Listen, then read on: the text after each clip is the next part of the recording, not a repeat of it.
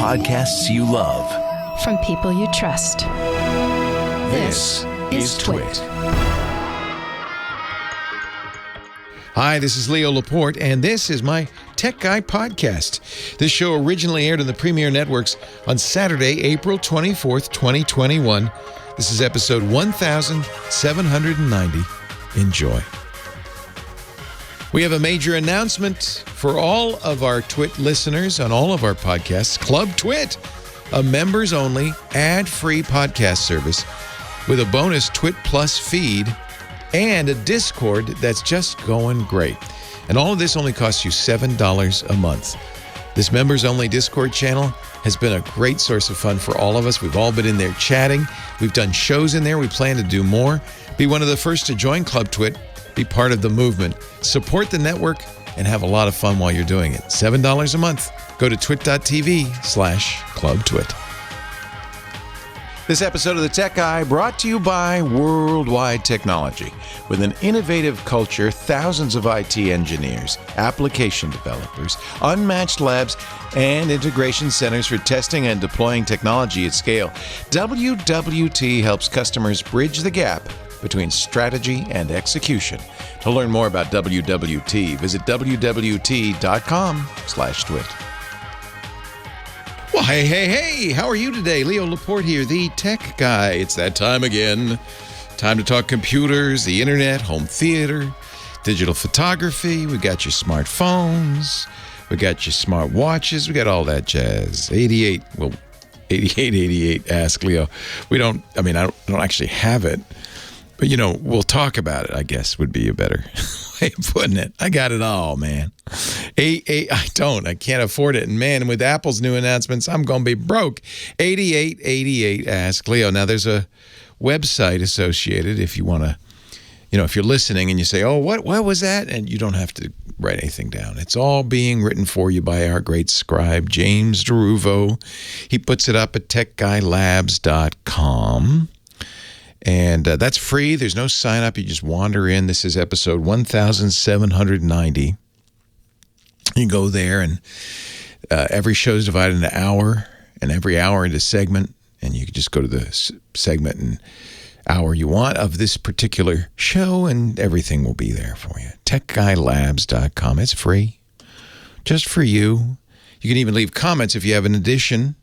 If I did something wrong, said something wrong. That's kind of makes it an even more valuable place, your comments and suggestions. 8888, ask Leo. Now, let's see here.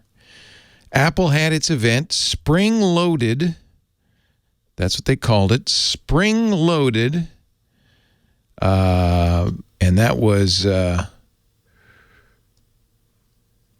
guess, the first of probably, I'm going to guess, I don't know, many, a great many events that Apple will be doing this year, because they seem to have kind of nailed down the format. COVID meant that they couldn't have live events as they have done in the past, sometimes at big conferences like Macworld Expo, sometimes just on their own, at a variety of venues ranging in size from just a few hundred people to thousands. When they announced the iPhone and the iPad, for instance, it was at Moscone Center in San Francisco with more than 1,000 people in attendance. It was a big deal. Lately, they've been doing their events at the Steve Jobs Theater on the new Apple campus, Apple Park. But, of course, with COVID, they haven't been doing anything. They've just been recording them all. And you know what? I think they like it. They got very good at it. For instance, Spring Loaded was really, really loaded. Lots of announcements, lots of products, and they did it all in exactly an hour. 59 minutes and 59 seconds, exactly an hour, radio-worthy. Exactly an hour. So that's good for, and I think they're producing it in a way that it's not just for journalists. It's really I think they're doing a good job for just kind of regular people. So it's it's something everybody, they hope, I'm sure it's great advertising that everybody will watch it. So what did they announce? You probably heard by now, but I'll give you the rundown. First thing they announced was kind of interesting. And I don't know if anybody else is doing this. They'd gotten a little heat early on when they first announced their Apple Card, which is their kind of online payment plus credit card that you can use the Apple phone or Apple Watch to pay, and I think it's fairly popular. But early on, when you apply for it, and Goldman Sachs is the bank behind it. You have to have a bank behind it. Goldman Sachs is a bank behind it. Early on, when people applied for it, a couple of people, including a very well-known programmer, David Heinemeier Hansen, DHH he's called, noted that he had a much higher credit limit than his wife, even though essentially they should have the same credit. He's very wealthy, I might add. So is she. But he got a lot more. And he said, this is sexist. FTC investigated. The result of the investigation came out just a few weeks ago. No, it looks like Goldman Sachs is not favoring anybody by gender. They're doing a balanced job, and et cetera, et cetera. But Apple, I think, was stung a little bit by that story. And so they announced that from now on, you can make your Apple Card be not just a couple thing, but not just you and your spouse, and you'll share the credit building experience and you'll get the same credit level, but also a family card. Oh, that's smart. Now the kiddies can do, with limits you get control, but the kiddies can do the charging too and build their own credit as they get older, which is nice, which is great. So, interesting, I think. It's funny because I doubt it'll get much press because, it's like, well, but wait, there's shiny things. Still, I'm glad they announced that. They also announced and gave 45 seconds to a new Apple podcast subscription platform. Apple will host the podcasts. You can pay for them with your favorite podcast creator, and they'll get 30%. Apple will get 30% of it. It's funny because just last week on my podcast network, we announced the subscription platform. We called it Club TWiT because it's the TWiT podcast network, TWiT, This Week in Tech. And then Apple announced their thing, and I thought, oh, man, did I blow it? But after looking at it, I realized I don't want to do something that's Apple only, and Apple gets 30% in the first year and 15% after that. I don't want to do that. So I don't know how many podcasters will do it. I guess if you're just starting out, there might be some reasons to go with that. And Apple does the hosting too, kind of like Google does with YouTube and so forth. So you don't have to worry about bandwidth issues, which early on when I started my podcasts, this show was the first one we did back in 2004, 17 years ago when I started my podcasts. That was a big concern because you have to pay for bandwidth. But thanks to YouTube and now Apple, bandwidth's not an issue anymore. Nice thing. That was okay. We pushed those out of the way, shunt those aside. Then Apple announced, and they did it in ascending order. It was kind of interesting because they knew everybody was here for the new iPads, and yes, they did announce those. And they announced new iMacs, which is kind of a surprise, in color yet, 6 colors. They also announced a new Apple TV. That was kind of on the bingo card, but a long shot on the bingo card. Yes, they announced a new Apple TV, and they announced AirTags, which we've known about for a year. Apple accidentally revealed they were going to be making these a year ago. Something held it up. We're not sure what. But finally, the AirTags came out. And they're exactly what you would expect. They're $30 each, unless you buy a pack of 4, then they're $25. Just like Tile, Tracker, Chipolo. There are a couple other companies doing these Bluetooth trackers. The idea is you put them on your keys or whatever you lose a lot. It's not for theft. It's just for losing. Because if your thief steals it, just takes it off and throws it away. But you can put it on your bike. In fact, there are going to be some bikes from a company called Van Moof. Love that name. I love just saying it. Van Moof. They'll have that built in, the AirTags built in. Chipolo is going to be in part of the deal. It'll work with theirs. And Apple's Find My. It'll also work with some Belkin thing.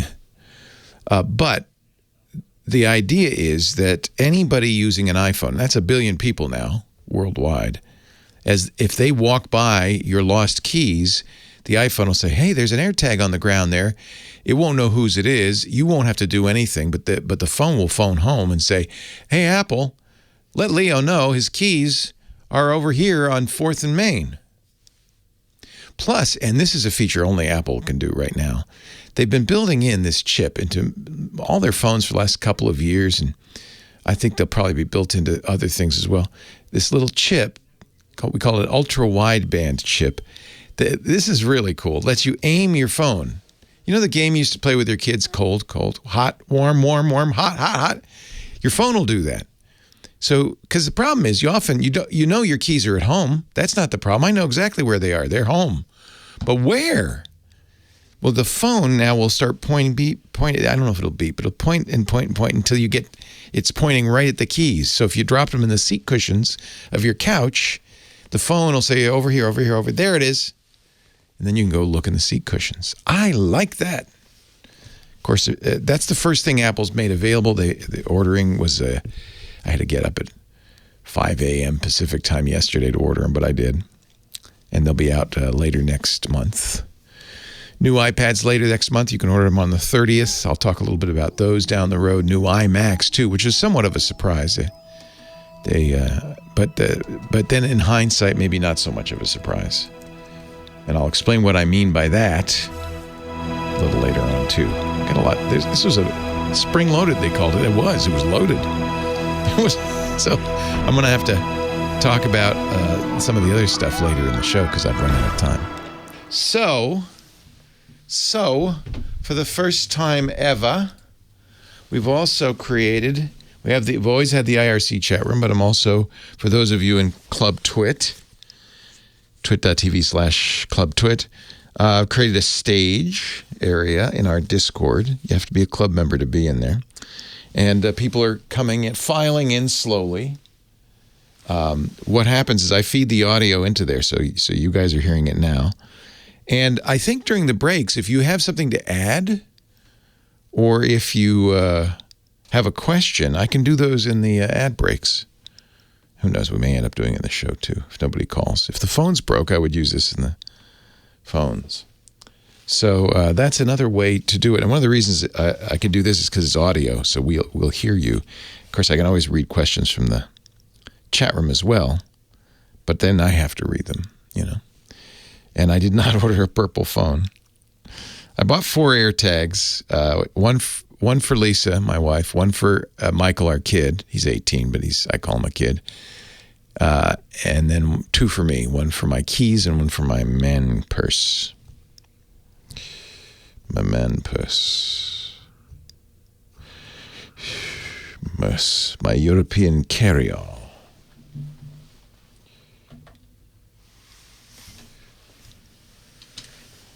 No, Abby is 28 now. She can, in fact, she's 29, come to think of it. She can order her own dang AirTags. She doesn't use an iPhone, so they wouldn't be much good to her. Henry uses an iPhone, but he's 26. He doesn't need one. It's up to him, too. I don't think he'll buy one. Is the IRC feed duplicated in the club? It is not, Mike Heiss. It is separate. Separate but equal.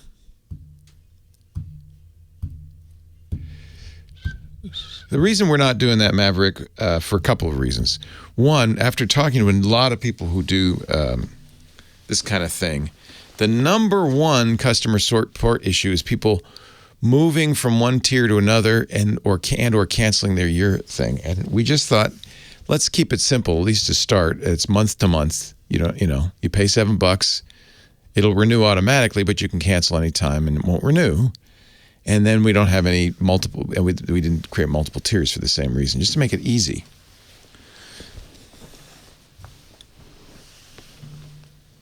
I am watching the club and the IRC at the same time. I am. It's an amazing ability I have, Mike. IRC has a little bit of an advantage because it's in front of me on a screen. I had to phone ya in California. Missing Kim Schaffer. Oh, don't you look lovely today? Oh, thank you. That is a very pretty, is it a cover-up? No, it's a thing over your thing. Drapey shirt. Drapey shirt. It's so funny because as I'm driving up, somebody, a cute guy in a car, pulls up and surreptitiously leaves a bag out front. That you thought was explosive underwear. I thought it was underwear. I didn't know what it was. And it didn't have a note on or anything. I thought, I'm not going to go near that. It has my name It's on yours. It Well, I didn't has see a your label. name. I didn't. Maybe you put it face down. But what was that? For my birthday, my tie-dye friend left me Some a tie-dye. tank top. Oh, it's beautiful. And two other tie-dye shirts. Look at that. So my grand total of tie-dye shirts now is 14. So I Holy have cow. 2 weeks worth of clothing. You're a hippie. And that's all I'm going to You're a be hippie. wearing till the end of the time. And No, so it was all really you're gonna sweet. see me It in- was really sweet. I said hi and everything, but I didn't know who it was for. So I came in. I said, "Does anybody leave some? What? Did anybody leave their underwear last night?" And because I didn't know, but now I understand. It's tie-dye. And he didn't realize it was you. He's like, oh, man, I would have chatted him up. But I got a little scared. Oh well, I was just as scared. I didn't know I know. what was going It's on. like everybody's so skittish if you see Yeah. people now. I know. There's Getting only- introduced to people. There's only a couple of us in the building, you know. Yeah. So who should very I true. who should I talk to here? Let's go to Leesburg, Virginia. John actually has some accessibility with Linux. I think he has some information on that. Okay, good. Yeah. Thank you, Kim. You're welcome. And happy birthday. Oh, thank you. Happy tie-dye birthday to you. John in Leesburg, VA. Hello, John. Leo Laporte. Hello there. Hello there. That's great. I just subscribed to your Our Club Twit. Twit? Oh, thank you. I had a little trouble because I have no way. I can't see, so couldn't scan the QR code. So I had to take the feed, mail it to my phone, paste it into the I'm thing. sorry. That's not very That's all right. accessible, is it? Not I your fault. apologize. But it was just a funny thing, and anyway, but I wanted to just acquaint you with Linux accessibility. Yeah, somebody called a couple of right weeks now. ago. You So know, that's it's why funny. One of the things that's going on in Club Twit is a lot of people are talking about Linux. Is Linux hot all of a sudden? I don't know. I like it because, I've been doing computers for many, many, many years, and I'm a command line person, Of course. In fact, I would think, so Linux, we should explain. There's Mac OS, there's Windows. Those are the two mainstream operating systems. But And I have those too. Believe it or not, you're using Linux, a third free, an open source operating system, kind of based on Unix. You're using it all the time. Most websites use it. Your Android phone is based on Linux. There's a lot of Linux out there in the world. People are using it more than they realize. And as it turns out, it's a pretty nice desktop operating system. And because it's very command line focused, it would be great if for a blind user, because you could use a screen reader on it and you're not missing anything. No buttons to click or anything. Yeah. That's right. And and now there is a screen reader for the GUI. For various GUIs, I mean, it's a little more complicated to set up. I feel like, why use a GUI? I guess you have to for some things. I don't know. Yeah, if you want to browse the web, the only thing on Well, there's the links. command line is a text browser. Yeah. But that JavaScript isn't there, and how can you have a website without JavaScript? Yeah, the web is not very accessible, unfortunately. Yeah, we should all do a better job of that, as evidenced by your sign-up issues. Go ahead. Yeah, exactly. Well, so anyway, so it's called Orca, ORCA, for the GUI. I happen to use GNOME because that's where Orca was kind of invented. Other people like Mate, and because I use a different weird distribution called Gen 2, which compiles. Oh, you are old school. You're very old school. Yeah, the portage in Gen 2 is great. Orca is a little play on JAWS, which is the well-known Windows screen reader. Orca, of course, Exactly, a killer that's whale. right. JAWS, a killer shark. So Shark, right. So I have that as well. Yeah. I have Windows here. And how's another Orca? Is it pretty good? It's good, and I'll tell you what, the person who's one of the main developers is one of those people. Sometimes she can fix bugs within days, Nice. or within. So it's really nice. Good for her for doing that. Yeah. Oh, it's wonderful. And then it's free. And for a long time, JAWS was so expensive, it was hard to recommend it. The nice thing now, JAWS, I think probably because of Orca, annuals has reduced it's its $90 price. a year now or something. Yeah, it's much less expensive. Yeah, thank you. So it's really very nice. And so Orca is actually quite good. It uses Firefox or recent versions of Chrome. Okay. So if you like GUIs, and it's great.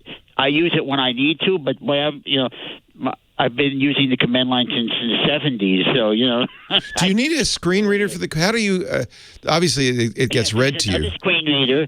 There's several of them. Okay. One is something called Speak Up, which has a kernel module. Oh, nice. And the nice thing about that is I have a hardware synthesizer, also kind of old-fashioned, but you get it. You get information fairly early in the boot process. That way. Nice. Yeah, So because it's in the kernel, it's part of the operating system, which means it's there right away. That's one of the nice things about Linux is what we call a modular kernel, which means you can add bits and pieces to it as needed. So it's very flexible. That's right. I used to be one of those people that didn't like modules. I put everything in there, but I changed my mind after a while. This is a good example of it. Yeah. And you wanted to mention, we only have about half a minute left. You wanted to mention an open source password manager too? Well, okay. I wanted to mention I still can't get LastPass to the accessibility. There's so many good choices in Linux. There's KeePassX. Well, KeePassX doesn't work on other iOS or Mac very well. No, that's why I use Bitwarden. They're a new sponsor, and it is open source, cross-platform. I don't know how its accessibility is, but that might be another thing to look at. Hey, I thank you for the call. It's good to meet you, John. And stay tuned. Scott Wilkinson's coming up with Home Theater.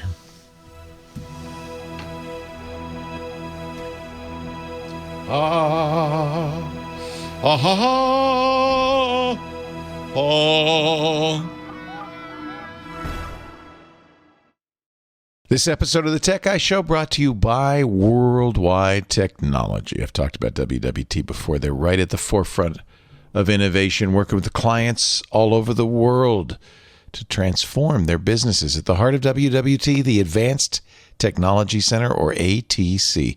The ATC is a research and testing lab that brings together technologies from leading OEMs, more than $500 million in equipment invested in the lab, and it offers hundreds of on-demand and schedulable labs representing the newest advances in multi-cloud architecture, security, networking, primary and secondary storage, data analytics and AI, DevOps, and so much more. WWT's engineers and partners use the ATC to quickly spin up proofs of concept and pilots so customers can confidently select the best solutions. And that helps cut evaluation time from months to weeks. With the ATC, you can test out products and solutions before you go to market, access technical articles, expert insights, demonstration videos, white papers, hands-on lab, and other tools that help you stay up to date with the latest technology. Not only is the ATC a physical lab space, but WWT has also virtualized it. Members of their ATC platform can access these amazing resources anywhere in the world, 365 days a year. While exploring the ATC platform, make sure to check out WWT's events and communities for more opportunities to learn about technology trends and hear about the latest research and insights from their experts. Whatever your business needs, WWT can deliver scalable, tried and tested, tailored solutions. WWT brings strategy and execution together to make a new world happen. To learn more about WWT, the ATC, and gain access to all their free resources, visit wwt.com/twit. You can create a free account on their ATC platform right now. wwt.com/twit. Leo Laporte, the tech guy. It's time for the hipster himself, Scott Wilkinson, our home theater geek, contributor at techhive.com, and our expert on audio and video. Hello, Scott. Hello, Leo. So, what's going on in the world of home theater? Is there? There was a big announcement at the Apple spring-loaded event, as you probably know. Yeah, brand new Apple TV. Brand new Apple TV, but and along with that, something that could be very interesting, something that Apple is calling automatic color balance. You know, the first thing I thought when Apple demonstrated this is, I wonder what Scott Wilkinson's going to say. So you're a professional. You're trained, THX certified, home theater calibrator. You came into my house to do this. You go into people's houses with special equipment, measure the screen, and fine-tune it so that it's more accurate. Apple has introduced, it's somewhat limited, I guess, but a way to do this with the iPhone and by the way, I think it's not just the new Apple TV, but I think some late models. It's not. Yeah. It's anything. It's the Apple TVs from, I believe, 2015 HD onward. Now they're 4K. Right. And it's any iPhone.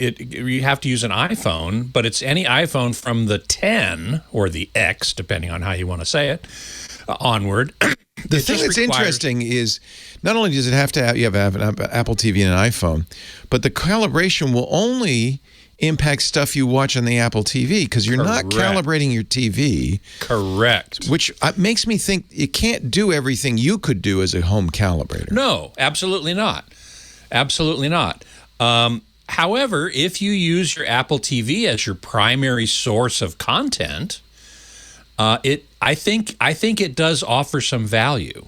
So it's going to be color and brightness, right? No, not brightness. Not brightness. No, it's only color and grayscale. Oh, interesting. Okay. So, which is again one limitation in my opinion. So what you do is you put your phone up against the you select this function, and it has to be, by the way, iOS 14.5 and tvOS 14.5, which aren't out yet. They're going to be released next week. But once you get them, you call up this feature. You put on the screen. There's a little rectangle that's about iPhone sized. You put your iPhone up against this rectangle, screen facing the rectangle. So it's using the forward-facing sensor, face recognition sensor, and it then goes and displays a series of colors, red, green, and blue, and a series of levels of gray. And it tells the Apple TV how to adjust its output based upon what it's reading off of your screen. Now, this is called creating a lookup table, or LUT. And then the Apple TV adjusts its output using this LUT so that what you see on the TV is more accurate. It's closer to the grayscale and color that content creators use when they're creating the content. And, it's not as good as a full calibration. It only works with the Apple TV content, not with anything else. It doesn't do the brightness and contrast settings, which in my opinion are the most important. I wonder why it doesn't do that. That surprises me. Well, it's using the FaceTime camera on the front of the phone. Correct. Maybe those are things it can't do. I don't know. Well, you need to. There might be a bit of a judgment call there, because those settings, basically, you look at certain test patterns and you adjust the brightness and contrast controls on the TV so that you can see certain detail and not other detail that's outside of the range. And that's TV specific. It's not source specific. So it's something, I think that's why. I haven't really fully investigated this. Of course, when these new operating systems come out, I will get them and I will try this. One person in the chat room, I think it was Mike Heiss, wondered, well, what if you did this on an already calibrated TV? Would there be much of a difference? That's a good question. That's exactly what I will be doing on the TV. Yes, exactly. On the TV you calibrated. You've got a calibrated TV. Next week, when you get iOS 14.5 and tvOS 14.5, you can do this, and you can see if there's going to be much of a difference. Out of Sync in our chat room is saying it's hard to change brightness and contrast in the signal, and that's what is being corrected is the signal going to the TV. Correct. You have to do that on the TV. Correct. Yeah, you have to do that on the TV. Okay, that's correct, because the brightness and contrast, the brightness of the signal is encoded in a number. And in 10 bits, it goes from 64 to 960, I think. In 8 bits, it goes from 16 to 235. And that's encoded in the signal, and you can't change that. It's encoded in the content. So you just have to adjust the TV so that you can discern all of those brightness levels. And in fact, over 235 or 960, you want to be able to see detail above white, so to speak, but not below black. Right. Technical reasons. I don't want to get into it right now, but he's right. That needs to be done on the TV. Also important to note is that this function does not work with Dolby Vision content. And I haven't yet figured out quite why that is. They say, well, because Dolby Vision content is already optimized. Well, how do we know that it's optimized for your TV? I need to do a little more investigating on that one, but it's a bit strange there. Yeah. Also, it's a very interesting announcement from Apple, I have to say. Oh, it is. It's very interesting. The other thing they announced, and it was something we kind of thought they might say, is a high frame rate support, but not 120, just 60. No, 60. Well, that kind of makes sense. There are not a lot of 120 TVs, right? Or are there? No, there are a lot of them. Oh, okay. Why? There because are a lot. The only content that's 120 is gaming at this point, right? Correct. Okay. And a couple of movies, although even those weren't released in 120. They were released to the public on UHD Blu-ray in 60. So that's 60 the best. Probably fine. That's the best the UHD Blu-rays can do is 60. Is that right? Yeah. Yep. So if for instance, I have the Blu-ray of Billy Lynn's long halftime walk. It's such a long title. I can always forget it. I know. But it came out at a higher frame rate, but it is only available at 60 on the correct. On the and Gemini Man is the other one. That's at 120. That's out there. And we talked about that. Well, it was that at 120. We talked about when it came out. There were only 5 theaters in the nation that could play it at 120. Correct. That's right. One of them being the Cinerama Dome in Hollywood, which is now permanently closed. That's another big story this week, it's a huge story. The companies that do some of the higher end theaters. What are the names of the companies? ArcLight. And Pacific. ArcLight and Pacific Theaters. I think the overall company name was Pacific. Closing. They announced last week that they're not reopening their theaters. They're permanently closed. Yeah. We can talk about that next week because that's a whole nother subject. There is a move among Hollywood, famous celebrities to do something about that. They love the Dome. It was featured in Once Upon a Time in Hollywood and many other movies. A bunch of movies. Brad Pitt could just say, I'll buy it and I'll keep it going. He's got enough money. Yeah. How much does it cost to operate that? Could. Right?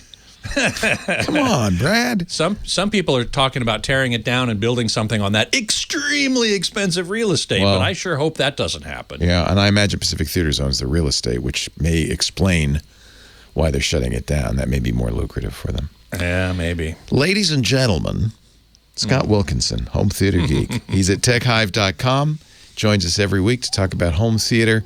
Are you going to you're not going to get a new Apple TV, are you? Are you going to try I've this? got a 4K. I've got a fifth generation 4K. I can try it. Well, we'll be very interested to hear what you think. Leo Laporte, the tech guy.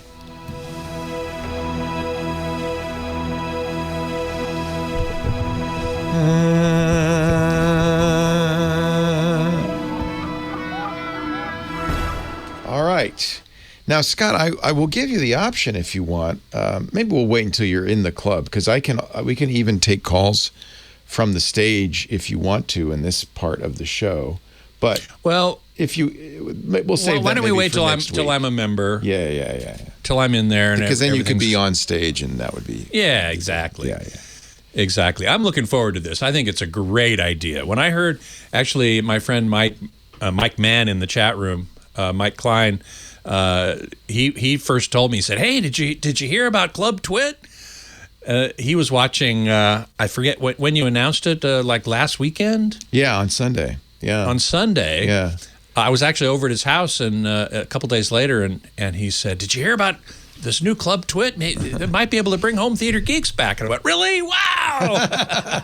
You're the example we were giving of shows that we really hated canceling, but just didn't have the support for. Didn't have the financial resources. That a I totally got listener-supported that. network might have. So Yeah. I totally got that. Oh yeah, I know but you were. Man, what a great idea! Generous. Yeah. And I just like the idea that we can do. Somebody saying, "Oh, you should do triangulation." We could, in fact, this gives me I've always wondered because there are people I would like to interview. I don't have to do a weekly show anymore. I could just do it in the Discord and put it out as a podcast. So you can just sort of do that whenever? Yeah. That's the other reason. It doesn't have to. We don't have to schedule studio time for it. Ah, of course. You could do it in the middle of the night if you wanted to. Well, I wouldn't do that. So how does it work? If you don't have a TD, does the host, like say me? You bring people up and down. You can mute them. You can say, talk to them, and you just talk. You switch. They're not on video. It's only me on video. It's just no. You're not even on video. I mean, down the road. I'm not even on video. Down the road, we could conceivably do that, but right now we're not doing video. I mean, so everybody's only audio. It's an audio show. That's a lot cheaper for us to do. Oh, yeah, sure, of course. And if there's no ads, now there are shows that are visual that we obviously couldn't do that way. So right. But Home Theater Geeks, it was a talking head show. Now, I did, because it was video, I did work fairly hard on getting some graphics to show. Yeah, and we could do that again. The way we would do that is create a Zoom call with you and your guest. Mm-hmm. Which we would have to then use the studio to record. Right. And the third party in the call would be the Discord stage if you wanted to take calls and questions. Right. I think for now, let's keep it simple. Yeah. I think that's our thinking, especially shows that aren't ad supported. Right. Then we can just put them on the TWiT Plus feed. And eventually we could bring back Home Theater Geeks. If we could find ads for it, we could bring it back on the free feed as well. So, it's just look. It's early days. We're not saying. Of course, I understand. This is all experimentation. Really. It is. It's been people have been fine. It's been great. We have more than 2,000 members, and it's growing. Wow! Fast. Yeah, in a week. Yeah, less than a week. Yeah.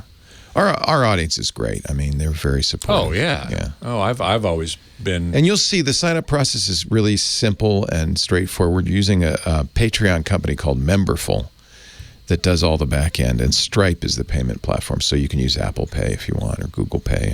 And so it's pretty nicely done. Excellent, man. Yeah. Well, I will respond as soon as I get that, and we'll get it out to you. Top of the hour. Top of the hour. Happy to do it. Talk to you then. You bet. Leo Laporte, the tech guy. 8888. Ask Leo. Damon in Los Angeles is next. Hi, Damon. Oh, hi. Hi. Welcome. What can I do for you? I know that I just hear. Sorry. No problem. We keep you on hold long enough. You're entitled to pass out if you want. There we are. I apologize. No problem. I get on speakerphone, and new phone. I can't figure it out. Thank you for taking this call, Leo. I know this is going to be relatively rudimentary for you. Let me address that real quickly, Matt. I'm calling you Matt because your name is Damon. I'm talking to Matt Damon here. That just shows you where my head's at. Damon, let me explain. I like the easy calls. In fact, when we get really geeky calls like that first call, I get very nervous. I don't want to leave anybody behind. So please, the fact, the simpler the call, the better, because it's most likely the most people will get some value out of it. So don't ever worry about that. Well, this is unique. I have. Uh-oh, now I'm worried. No, you're fine. I've got Final Draft software. And yes, you're a screenwriter, or a scriptwriter. Yeah. And here's the point. I had no problem making corrections or revisions and then printing it out. And for some reason, now a little window pops up when I want to make a revision or changes. A window pops up, kind of red bold square pops up on the screen that says PDF printer won't initialize. Oh. And I'm dumbfounded because there's really no information out there whatsoever. And you're not actually printing the PDFs ever, are you? You don't use that feature, or do you? No, well, you do, if you want to send it off. I know that it's useful. I just was wondering, are you printing to PDF or are you printing to a printer? Well, I would prefer for. I'm like locked into this, so I would love to not. There's some options here, but as it is, this window keeps popping up. Yeah, let me just ask you though. This is only for my information. Are you printing to PDF or are you printing to a printer? I'm printing to PDF. Okay, fine. That's all. You don't have to explain it. Keeping it internal in the. Yeah. You don't have to explain it. Mm-hmm. So, and are you on Windows? Yes. Okay. This is a problem, but I don't know if it's a problem. I love. It is a problem. I have a computer just for 7. It is a problem. Yeah. So the PDF printer is software that simulates a printer, and unfortunately, it's a little. I think Windows broke it in their updates, but we can fix it for you. So, okay. So I'm looking at an article which I will put on the show notes at techguylabs.com. So if you didn't follow this, it's you can do it yourself because it's a few steps. So the issue is that you're getting a pop-up. So the first thing you can do is turn Windows features on or off. And so you hit again, this is why I'm going to put this article in the show notes because this is going to get complicated. Don't feel like you have to write this down. Windows key S will open up a window that you can select Windows features. We're gonna give you a chance to turn off and turn back on print to PDF. Sometimes it's as simple as that. Okay, so we want to go into Windows features. You could also do Windows key and type Windows features to get the control panel. That's a specific control panel. Turn Windows features on and off. It's one of the old school control panels, so it doesn't show up in the new control panel. You have to know how to get to it. And you'll see a checkbox for Microsoft Print to PDF. It should be checked. If it's not, that could be the problem right there. Okay. But if it is, uncheck it, click OK, go back and check it. So what you want to do, in other words, and you might even restart the PC after you turn it off and then turn it on and restart the PC, just to kind of get Windows to say, okay, I get it. You want to print to PDF. That may help. It will, in effect, reinstall the print to PDF software, which comes with Windows. It's built in. It's what we call a virtual printer. Okay. Question, because you had went by, I think I said I have a 7 computer I dedicate for that my work. Oh, this is Windows 7. Okay. Same idea, but it's a little different process. It still applies. It still applies. Yep. Okay. So most of what I'm saying will still work, but I'm going to, again, at techguylabs.com, I'll put this article from Windows Report because it has a lot, it has pictures, it has a lot of details. Then the other thing to do is go to printers in your control panel and make the PDF printer, it's called Print to PDF, the default printer. Okay. Sometimes that fixes this. Okay. There's also an issue, apparently, with commas in the file name. So don't put commas in your file name. Mm-hmm. You're not doing that, are you? You might be tempted to with a screenplay. But anyway, don't. What are some screenplays with commas in them? I think there are some. Sorry, comma, wrong number. I don't know. Anyway, commas can cause this issue. Then finally, and this is the kind of the more draconian thing, you can actually remove the print to PDF driver and reinstall it or replace it. And that's going to be the most complicated, and I'm not going to walk you through that because that's quite a few steps. and we put everyone to sleep. So yes, but actually, this is good to talk about. I think this is actually a common problem all of a sudden, which is why I suspect a Windows Update issue. If you want to just Google it, you'll want to go to our website. Just Google Windows Report print to PDF not working, and they have a step-by-step guide, which I'm looking at right now, that looks pretty good. This is apparent because I'm seeing so many people with this issue this spring. I think there might be an issue. Do you use Acrobat or Adobe Reader, any of the Adobe programs?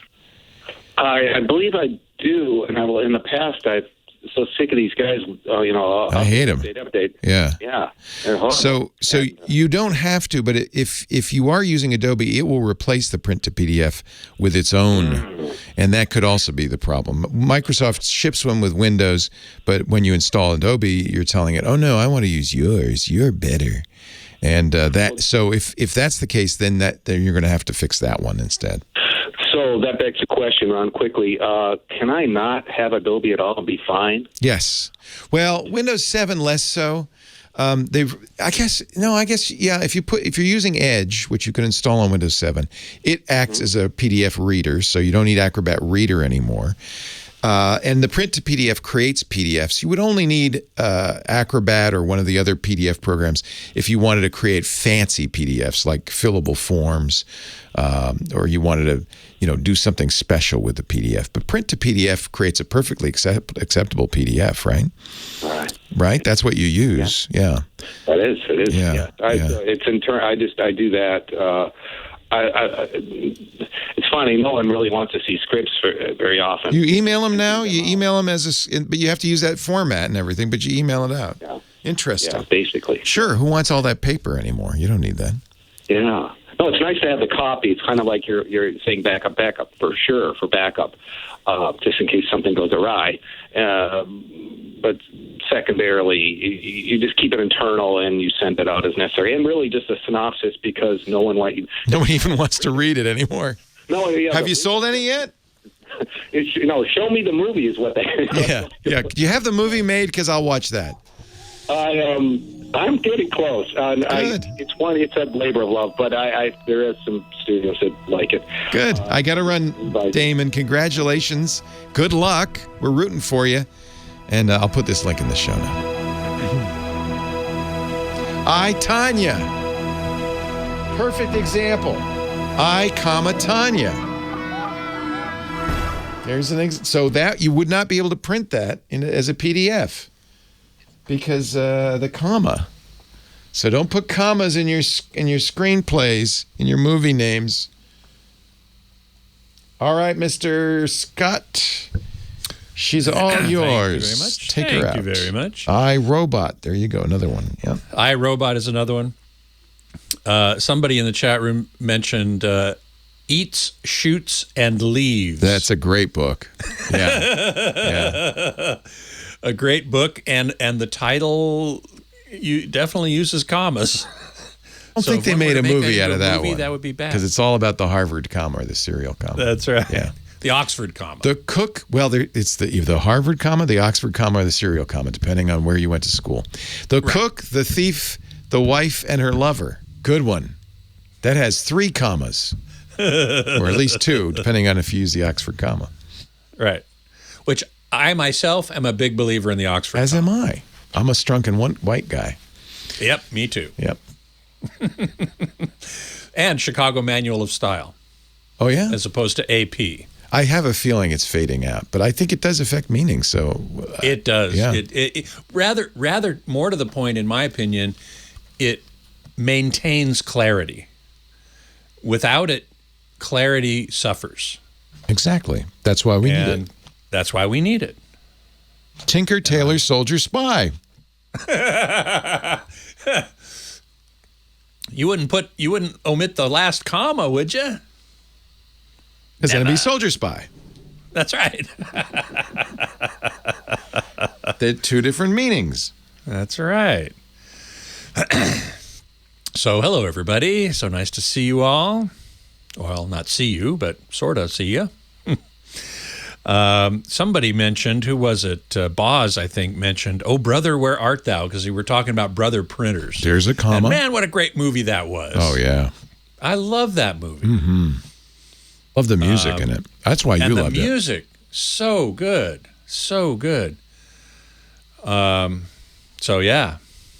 Anybody who hasn't seen that movie yet, go find it. Go watch it. It's great. It's a sort of a 1930s take on, what was it, Ulysses' Odyssey? I think that's what it was. I'm a man of constant sorrow. Oh, what a great song. Yeah. Sweet Honey on the Rock, right? Did a lot of the... I think they did quite a bit of that. Yeah. Sweet Honey in the Rock. And then George Clooney did not sing his own lead there. They had the original Blind Brothers. What was their name? Yeah. I've forgotten now. But yeah, wow. What a great movie. So yeah, we were talking about the Pacific Theaters and the Cinerama Dome. Somebody in the chat room said, it's a historic landmark. They're not going to tear that down. I sure hope not.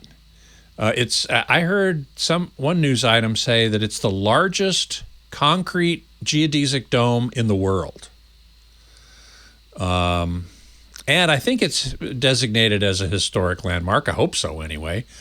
So, even if they Bottom Boys. Soggy Bottom Boys was the name of the group, yes. Soggy Bottom Boys. And the Stanley Brothers were another of the singers. I'm looking at the soundtrack. Did the Stanley Brothers do the... No, the Coen Brothers made it. The Stanley Brothers sang. So that's what I mean. Were they the Soggy Bottom I wonder. Boys? I don't know. Yeah. Yeah, I don't know. That's a good question. I don't know if the Soggy Bottom Boys... I mean to speak out of school, but there's a guy in there that'll give you $10 if you sing into a can. That's the other reason I love it, is because the early days of radio. It's really fun for that reason, yeah. We's mass communicating. Who was the guy who played the governor? The portly fellow? I can't remember his name, but he was great too.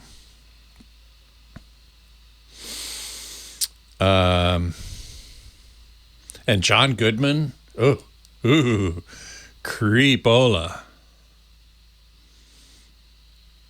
So anyway, yeah, it's a very good movie. I highly recommend it. Beatmaster says most content is still not even HDR. That's true. I was wondering whether or not this color balance thing worked with HDR or SDR or both, or I don't know what. I would assume that it's SDR. And so the question, I was reading about it on Mac Rumors, and there was a comment in there saying, what about tweaking the HDR EOTF, electro-optical transfer function, basically how the TV responds to different brightness values. And it's different with HDR than with SDR. And once again, that's not something that a 3D LUT can do, I don't think, because it's in the TV. It's how the TV responds to those brightness values. Just like those brightness values, you can't. I guess you could change that in the TV. You could get in a brightness value of 53 and remap it to 45 or whatever. I suppose that would be possible, but still, it's how the TV responds, which is why you need to set the brightness and contrast in the TV to see the range of brightness that's in the signal. The color and grayscale can be handled with a LUT. But again, in this case, it's only going to affect stuff coming from the Apple TV.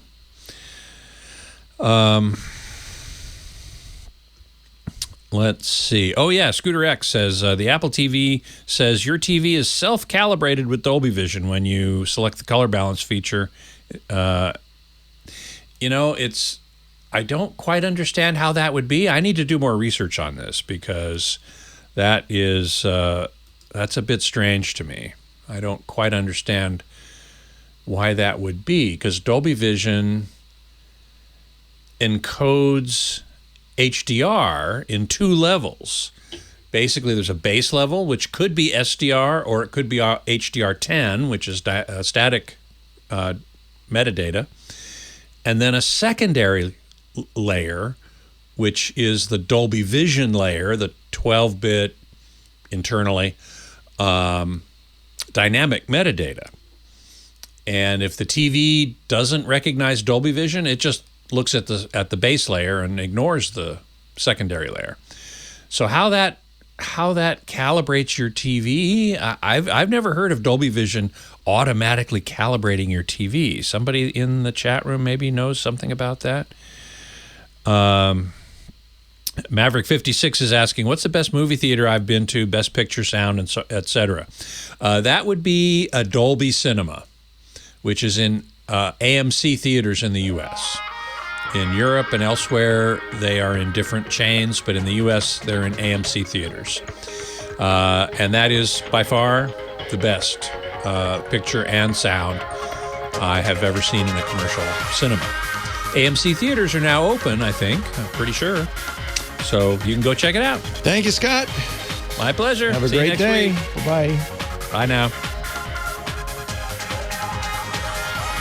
Well, hey, how are you today? Leo Laporte here, the tech guy. Time to talk computers, the internet, home theater, digital photography, smartphones, smart watches, all that jazz. 8888 Ask Leo, the phone number if you want to talk high tech with me.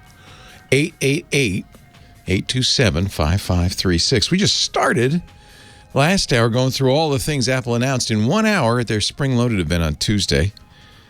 I was just getting to the purple iPhone. Kind of out of left field. I don't know exactly why, but they just announced a new color for the iPhone. Purple iPhone. Okay. Purple's pretty. I'm not against it. Okay.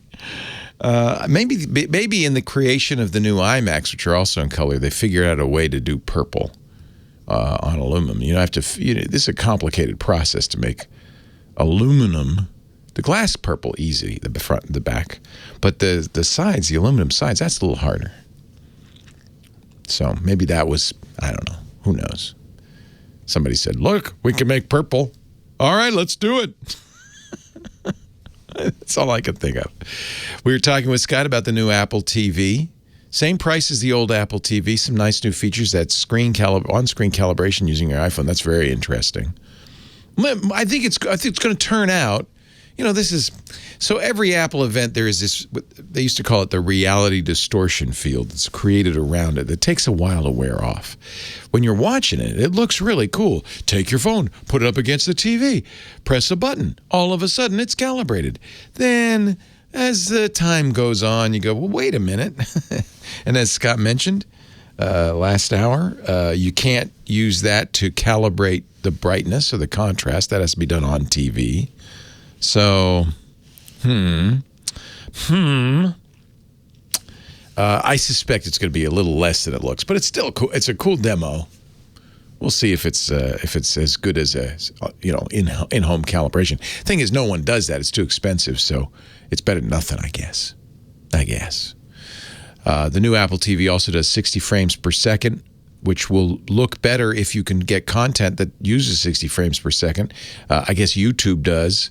No broadcaster does. Maybe someday some sports will. But the problem is, of course, the reason they don't is it takes a lot more bandwidth. And on your cable system and satellite systems, bandwidth's heavily constrained. So, that might be a feature that doesn't really get much used, at least not for the first year or so. New Apple TV. If you're going to buy one, you might as well buy the new one. Same price as the old one. 4K too, HDR, all that stuff. I think the big surprise was not AirTags, was not the new Apple TV, but it was the new iMacs in 6 colors. But these are the low-end iMacs. These are not the high-end iMacs. These are replacing the 21-inch iMacs with 24-inch displays and the new M1 chip. But it's the same chip in the laptop, in the Mac Mini, in the MacBook Air. We don't know if it's clocked the same. I suspect it is. It's maxed out at 16 gigs of RAM. It still only has 2 Thunderbolt ports. I'm going to guess these are identical across the board. Apple bought a lot of those chips, and with the chip shortage going on, it may be hard for them to do anything newer. So Could be that's what's going on. And then finally the iPad, and I'll spend some time talking about that a little later on because that deserves some attention. The new iPad is interesting, to say the least. It also uses the M1 chip. Tom on the line from Largo, Florida, our next call. Hi, Tom. Thanks for hanging on. LTL 5TC. LTL 5TC. I don't know. Okay. Little 5T. Little 5. That's not your call sign, is it? No. No. Long-time listener, fifth-time caller. I love it. LTL 5C. Welcome. You don't have to keep count, though, Tom. Well, I do, because it's such a pleasure to talk to you, Leo. Thank you. It's a pleasure talking to you. Well, help me, Obi-Wan Kenobi. I need a new iMac. Uh-oh. My old one died in December. I have Which one did you have? Did you have the 5K 27-inch, or you had 2012, so you had one of the older ones? One of the older ones, High Sierras, as far as it goes. Yeah, and it was pre-5K, so it was the older screens. Yeah, you're right. But it still is a 27, and it's been a great computer. But the Fusion drive just failed in December. Those were terrible. I actually replaced the Fusion in my 2012 iMac. It is not an easy process, but I did replace it because I didn't like it. I got to put a bigger drive in there. I can't remember. I think I put an SSD in there.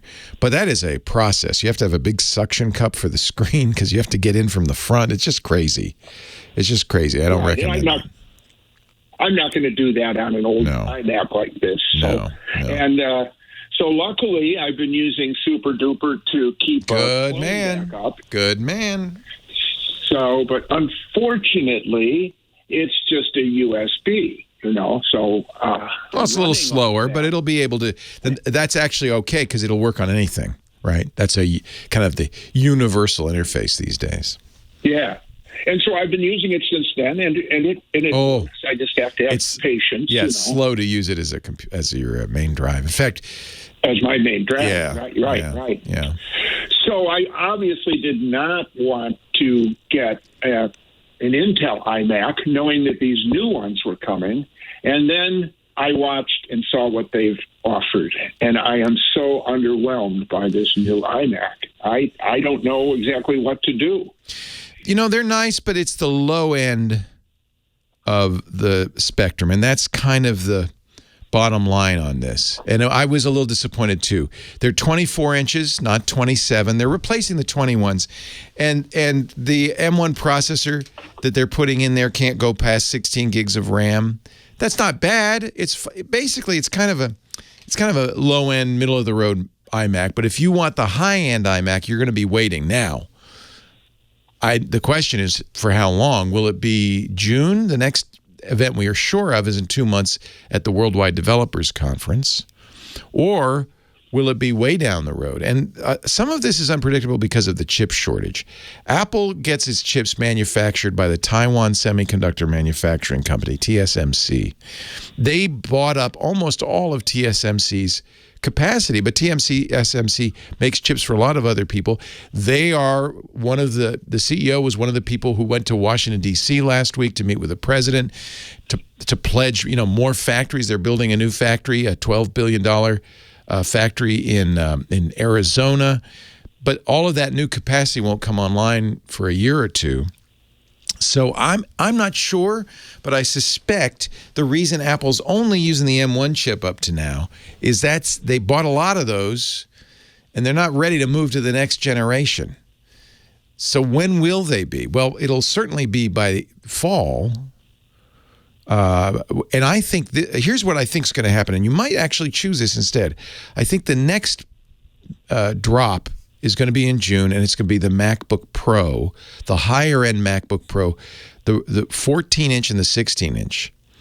And those will have, I would suspect, an M1X or an M1 Plus or maybe even M2. They'll have a somewhat improved M1. Now, the M1's not a bad chip.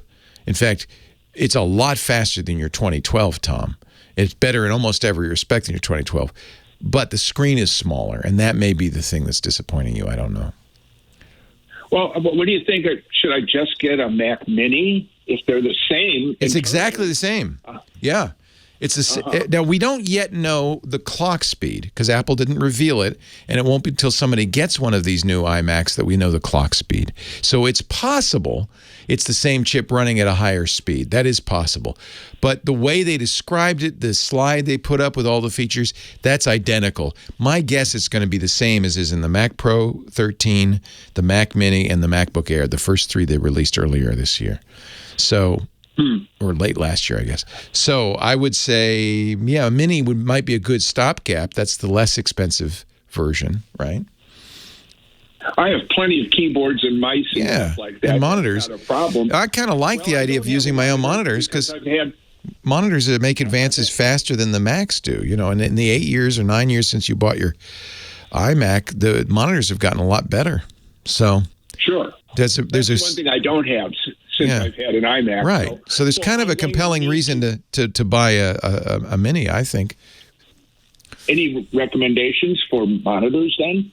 Oh, there's lots of choices. It doesn't have to be from Apple. In fact, I wouldn't get an Apple monitor. Dell makes excellent monitors. The Ultra Sharp line is their high-end line, and they're very good. You can go higher. You can get, Apple sells those 5K monitors from I want to say Fuji, but it's not Fuji, Fujitsu. And those are very, very good, very expensive as well. I would take a look at a Dell Ultra Sharp. Plug that into the Mac Mini, use your keyboard and mouse, and then for around $1,000, you've got a very nice system, and it gives you some time to wait for a better iMac if that's what you want. I've decided not to get iMacs anymore because I have an iMac Pro. It's hideously expensive. And I was tied to that screen for too long. And those are great screens, but I wanted a bigger screen, things like that. And so I'm waiting, just like you, I'm waiting for, well, not just like you, but maybe now just like you, for either a higher-end Mac Mini or they have promised a Mac Pro Mini, a little half-pint version of the Mac Pro. That might end up being my next Mac just because then I can put my own screen on it. I end up getting a 55-inch OLED screen, very expensive OLED screen to go with my gaming PC. It would be a great Mac screen, but Apple doesn't offer anything like it. So that's why maybe buying the screen built in isn't as good an idea as I thought it was at the time. It's clean. Great advice. It's clean. I mean, if you don't like wires, it's good for that. Well, yeah, that doesn't bother me. But I have another question with this. Now my real quick because I'm running out of time here. Okay, the Fusion is 3 terabytes, but I can only get 512 in that. So what am I going to have to do? You could because it has Thunderbolt, you can get any external Thunderbolt drive that will be as fast as an internal drive. They're 40 gigabytes per second. So they're very fast. But there's only two ports on it. But it's daisy chainable, just like hub? Yeah, you can get a hub. Otherworld Computing and their CalDigit make very good Thunderbolt 3 hubs. You could then have another drive off of that or have a drive connected directly. A lot of these Thunderbolt drives have a pass-through. That's the nice thing about Thunderbolt. Much like USB, you can attach many devices daisy-chained. So don't feel limited by the 2 ports on the back. Just connect that external drive and then connect something to it or get a hub if you want. But those drives are more than fast enough to boot from. Absolutely.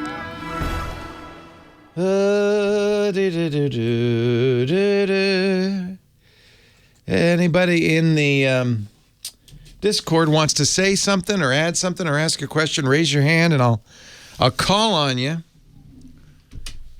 40 gigabits. It's not gigabytes. Oops. Sorry, I thought it was gigabytes. I guess that would be a ridiculous amount of data, wouldn't it? I guess that's absurd. That's crazy talk. Nothing's 40 gigabytes. Club Twit, folks. That's the club right there. You don't have to, by the way. I just want to give you the opportunity. I'll keep an eye on the hand raising.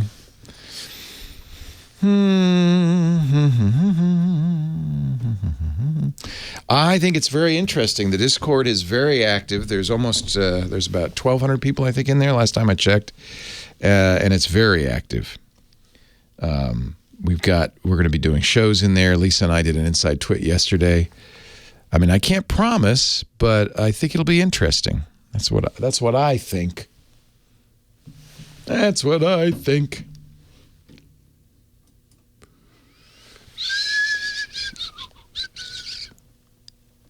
Yeah, we could do that. It's kind of hard because I think that if we did video, we would do it here via Zoom, where we have a little more control over it, and then use the video from the video chat. Exactly. We are going to work on that. Yes, Tokyo Tony. Tokyo Tony in the Discord saying, is there any way to get an automated email when something goes live? You will get each channel. I've set this up from If This Then That each channel gets a notice when a show has been published, but I will set up what they call reactions that you can subscribe to that will ping you through Discord when the stage is up and then we go live. So yes, we're working on that. No, I don't think we hate the new iMac at all. It's more like disappointment that's kind of low end. I don't hate it at all. I think it's quite nice, but it's just not for me. Have women in tech channel. What do you mean women in tech channel? We have plenty of women on our shows.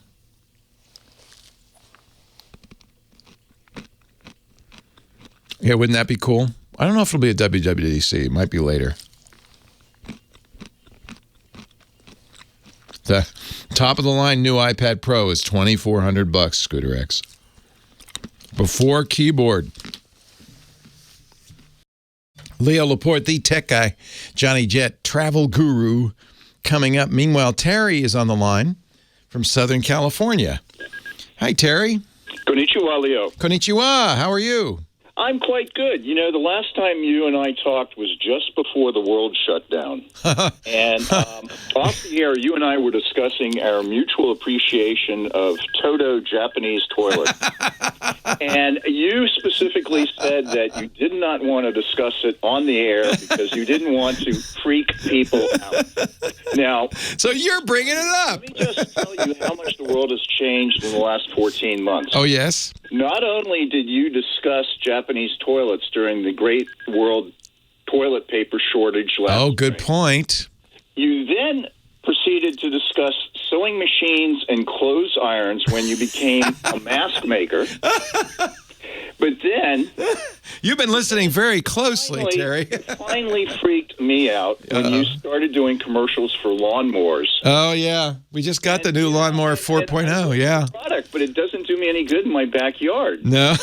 And you and I are the same age, and I have to admit that I had never previously in my life heard the term manscaping. Now, you can either plead the fifth, and I'll just move on to my... They are a sponsor, and, you know, I actually debated, you know, we're very, on the podcast, picky about sponsors, and I went back and forth. We don't do, for instance, we won't do vape pens or CBD products, things like that. And I went, not that manscaping's in that category, but I thought, gee, this is a little... And I think I do hear from people all the time, that's a little too personal. But young people... They love it, so and we've worked well for the company. So all I can say is, I'm sorry if it's offensive. I don't think it's offensive. It's maybe not for us, but. Okay, tell you what, let's come back from the line of TMI. TMI, yeah, I think it crosses that line maybe, yeah. Okay, I told Kim that I have the cord cutting blues, and actually a better way to term it would be I have the ISP stress or anxiety. Yeah. Where I live, and I know you've gotten this question a million times before, but here we're rolling up the end of the month, and I really would love to dump my current provider. Where I live, I only have two choices of mega corporations for internet. I won't use their names, but the one I currently have, the name rhymes with in fear or unclear. They're the most incompetent cable service I've ever had in my life. You know, they I'll name the names. You're talking about Frontiera. I didn't say that. They are horrific. They are horrific. And they've done some things that they absolutely should be prosecuted for, in my opinion. But well, you're talking to a prosecutor, so. Oh, well, Cory Doctorow actually filled me in on some of the things that Frontier has done to avoid, doing things like giving you high-speed internet. And it's just, I guess it may not be prosecutable, but it's an affront. And so, anyway. And it's why they're bankrupt currently. Yes. That's what I think. I think it's related to that, yes. Unfortunately, my other choice is a company that rhymes with Saddam or Rectum. Okay. And both stick it to the consumer. Like, I'm sick and tired of... I know. There is nothing more hated than internet service providers. I remember seeing a survey where Comcast came in worse than a heart attack as things you hate the most. So I'm with you. But cord cutting, that's the problem. It relies on an internet service provider. Now, some have given, there's some hope because of things like Starlink. The problem is that these companies are the only companies with big fat pipes into your house, a cable or a phone line. And nobody wants to spend the money to trench out to your house and put a fiber line in there. People who've got that are lucky, and generally fiber is going to give you many more choices and better choices. But maybe satellite internet from Elon Musk's SpaceX, Starlink, that might be the hope. That's coming down the road. They're already taking early orders. So perhaps it's going to be expensive in the U.S. It may not be ideal for some things, but I think streaming it might be okay for streaming video. This is the problem. We have the worst internet in the developed world. Leo Laporte, the tech guy. Honestly, I think it's still better to deal with these companies as ISPs than it is as television providers, right? Right. So I'm so tired of the lies, and you want to talk about a perfect example of the incompetence of Frontier. I can't count the number of times that I've called them, and when I finally got a human being after being on hold for an hour, it says, would you like to participate to help us improve our quality, participate in a online survey after your call? And I always go, of course, because I want to be able to rip on the person who, lied to me most recently. And guess what? They never connect me. Yeah. Isn't that special? Now, that seems like a ploy, doesn't it? I know you're going to have to mosey 16 miles up the 405 to Johnny Jet any second. You follow us very closely. You even know where Johnny lives. Well, I could actually walk out to the 405 and roll a bowling ball to Johnny's house, but for the big hump where the Palos Verdes Peninsula is. Well, you'd get some air that way if you rolled it hard enough. Well, yeah, and unfortunately, as much as I love the Big Lebowski, I've never owned a bowling ball. By the way, New York State officials are investigating Frontier over repeated outages, long repair times. Minnesota State Commerce Department found that an investigation found that failure to properly maintain its telecom network led to Frontier's frequent and lengthy phone and internet outages. So there are some prosecutions going on. And unfortunately, they're the only fiber optic provider. Yep. In your area. Yeah, the company that owns the pipe gets to make the rules. I hated Verizon, but it compared to Frontier, who came into California along with, I think, Texas at the same time. Right, because they bought... were grossly unprepared. No, they're terrible. Yeah. Territory. Yeah, and they got government handouts. They have not maintained it. If you don't buy a router from them, they're not allowed to charge you, for a rental fee, but they will charge you the equivalent in a support fee for the router that you bought. I mean, I can go on and on and on. They're horrible. Tell me what a DVR experience for $10 a month is. Well, you get the experience. I haven't. It's a bad experience. I don't blame you for wanting to kill them, but if I go with they have a monopoly. That's the problem, right? Before you have to go to Johnny, real fast. If I go to Spectrum, they offer the Apple TV. which I've never owned an Apple product, and I don't like the idea of having to go back and forth between multiple remotes for, on-air broadcasting and going to an Apple TV.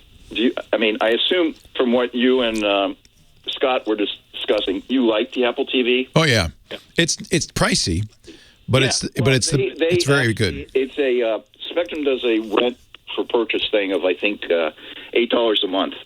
All right, so you can buy one for $169, or 100, maybe it's 100. It's 170 and 190, I think, something like that. What do you think about going with Sling, and then I don't have to deal with TV from either company? I use YouTube TV, but the price of these over-the-top streamers has gotten more and more expensive because bringing you local stations turns out to be a very expensive proposition. So, basically we're screwed because you're still going to pay your $60 a month internet service provider fee. I have a great roof antenna still. Oh, then I would get Channel Master, or I would get one of the over-the-air DVR products. Channel Master is good from HD home runs are good from Silicon Dust. But what if I want to watch CNN and cable channels? And then you can get, you get something like Sling TV for those things. Yeah. Okay. Yeah. That's actually, if you've got local over the air, you're good. Hey, I do have to run. I'm sorry. Okay. All the best, Johnny. Take care. Hey, Johnny. Hello.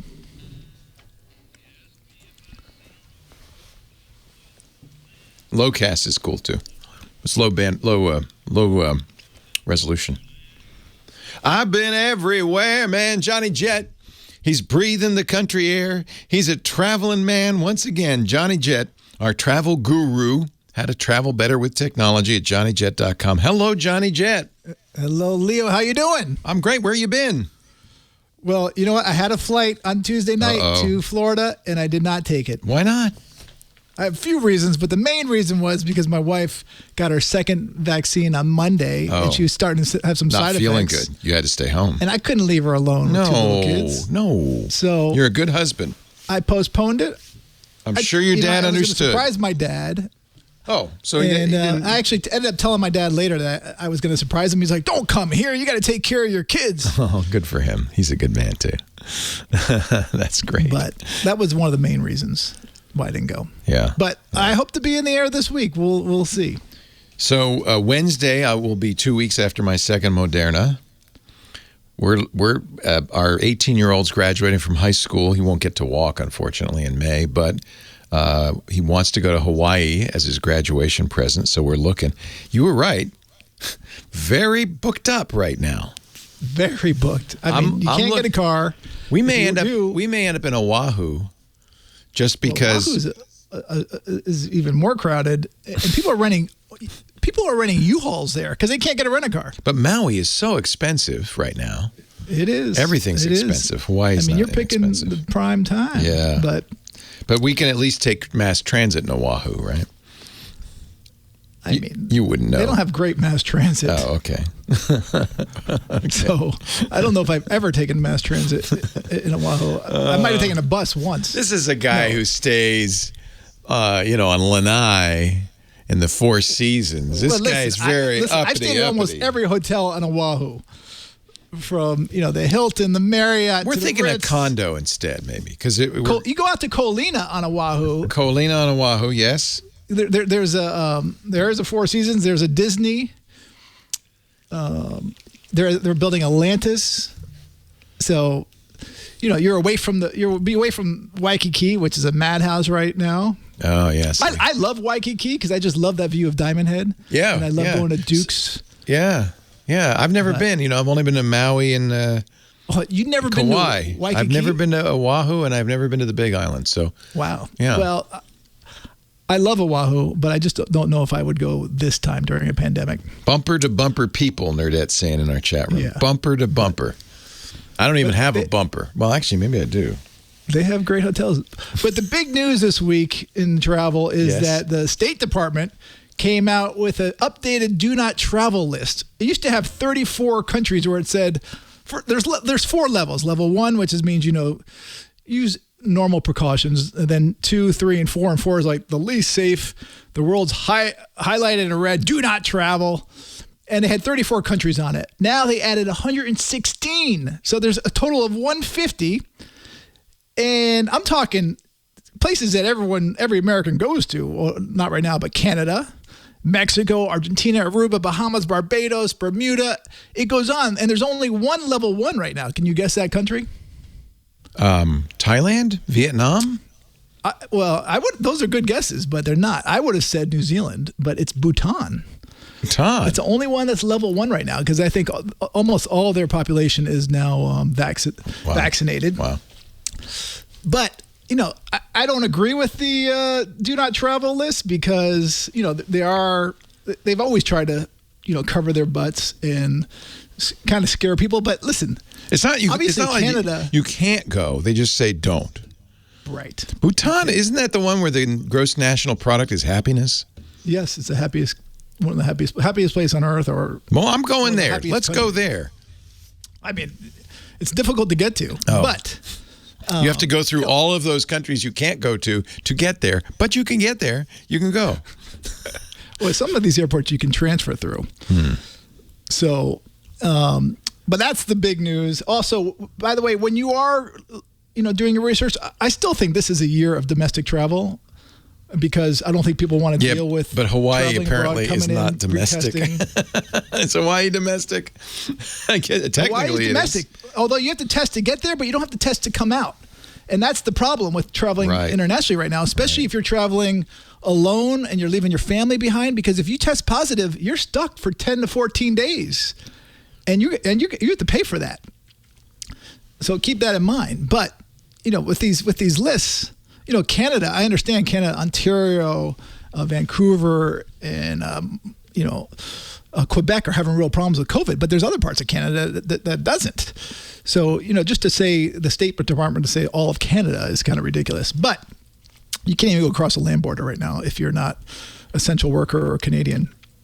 However, one good travel tip, by the way, is whenever you are referencing the places you're going to, always look at the travel warnings from other state departments like Australia, Canada, and the UK.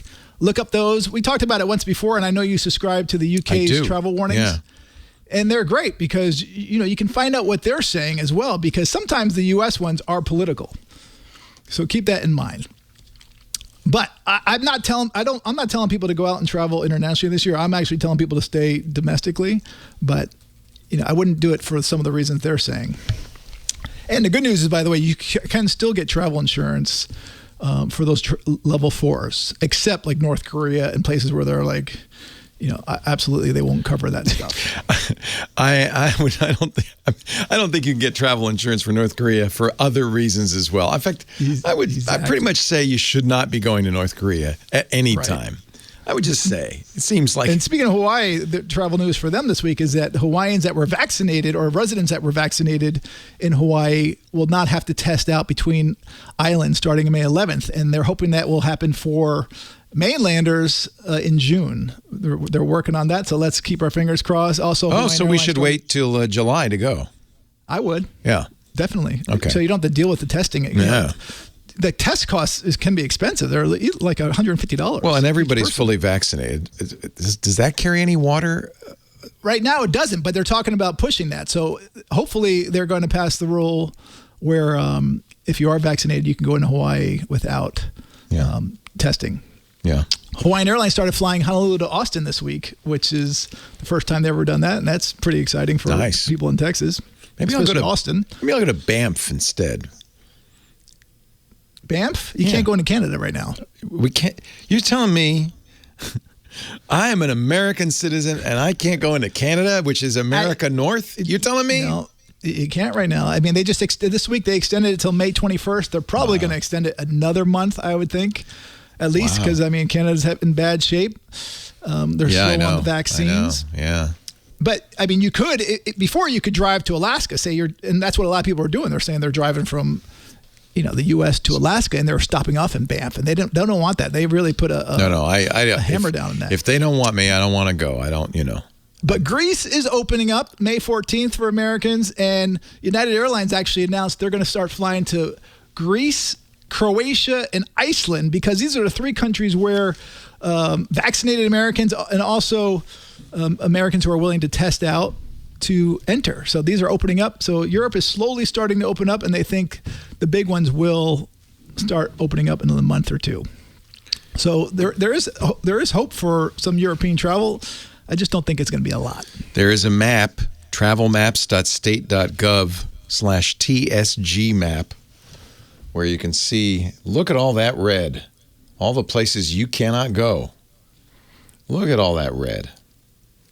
We're not used to this. And also, I think we thought it would be over by now. Oh, for sure. Well, all right. Asia's not going to open up. This is the year Asia's not going to open up unless you quarantine. Travel in the lower 49. That's what you do. And Alaska, they need Alaska needs it. And Alaska? Okay. Alaska for sure. Stay on the continent. This is a big year for Johnny Jet. Go to johnnyjet.com for his newsletter, johnnyjet.com/newsletter. Also, there's podcasts. He's on YouTube, Instagram, and Twitter. Just look for Johnny Jet. Leo Laporte, the tech guy. Turks and Caicos. Where can I go? Turks and Caicos? Where can I go? So you think, should I not? The Caribbean is open. Yeah, I know. I was saying to Lisa, we don't have to tell him we're going to the Caribbean. We just go, and he wouldn't even know. Just say, he said, we get out, it's tropical, he'll think we're in Hawaii. He won't know. It's a longer trip to yeah, he might notice not that much longer. You got to go through Miami for the most part. Yeah, he might figure it out, huh? Anguilla is very popular, but this week they just went down on a last-minute lockdown. Anguilla was doing great. So the problem with traveling this year internationally is that, if COVID cases spike, they're going to do a snap lockdown. Yeah. Puerto Rico's okay. Puerto Rico, you do not need to test in or out. Actually, Puerto Rico, you might need to test in now. Things are changing so daily or hourly and rapidly. Yes, that's the thing, is stay inside the U.S. That's probably the best idea. Listen, I used to go to 20 countries a year. I would tell people, you have to go to at least one new country every year. Not this because year. As corny as it sounds, I truly believe that the more people travel internationally, the less prejudices there will be in the world. I completely agree. Plus, it's fun. Totally. So, U.S. Virgin Islands are open because it's U.S. You can go there. Definitely. That'd be pretty. I've been there. And they were just in the news. Oh, you know what? They were in the news this week because a woman from Alabama faked a COVID test, and now she's in jail. Good. What the? Because you do have to test to get into to the Virgin Islands, the U.S. Virgin Islands. All right. So you think we're crazy? I mean, look, it's all because of Michael. This is what he wants for his graduation. You think that's crazy? We should just say we'll do it next year. No. I mean, Hawaii. If he wants to go to Hawaii, it's an easy trip. Would it be better to go to the Big Island? Is that less crowded? That's less crowded, isn't it? Big Island's less crowded. I think you will have to test again when you arrive. Oh. Well, we're not talking until July.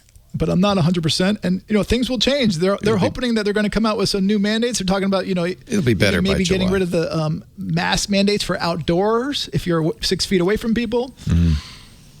And, but listen, I would love to be going to Hawaii right now. I really would. And I was just looking at flights. But my wife's like, we're not taking the kids. The kids are not getting on a plane. And so that's where we're at. But Puerto Rico's great. I just interviewed one of my buddies who lives in Puerto Rico. Yeah, I love it. Yeah. But there are curfews. A lot of these places have curfews, but you're not a night owl. I don't think. Yeah, but I want to go home at 5. No. They're open to, depending. I think we're going to Hawaii. And I hate to say it, we're probably going to Oahu. Oahu's one of my favorite islands. Yeah, I've never been. I want to see all these things, but you're saying it's going to be jammed. Waikiki will be jammed. Okay. One of my friends just came from the Four Seasons Ko'olina, and he loved it, and it wasn't jammed. And he said you didn't have to fight for a beach chair or anything like that, but sometimes you have to do it some of these luxury resorts, which is a real shame. Well, we're looking at a condo. I just want to go to the beach mostly. I don't know what we're going to do. Well, these places are renting up quick. I mean, I know. We can't find anything. That's why we're looking at a condo. You have to do You have to book in advance. You can't do it like the last minute, and especially for cars. You need to book well in advance. We're trying to book now. We can't. They're all booked up. Yeah. Lisa spent 2 days trying to look for somewhere. Turtle Bay looks pretty cool. How about that? Is that good? Do you like Turtle Bay? It's opening July 1st. I've stayed there. It's great. Really? Yeah, it's great. Although they just redid it again. I went 10 years ago. It's brand new. They did it. It's opening July 1st.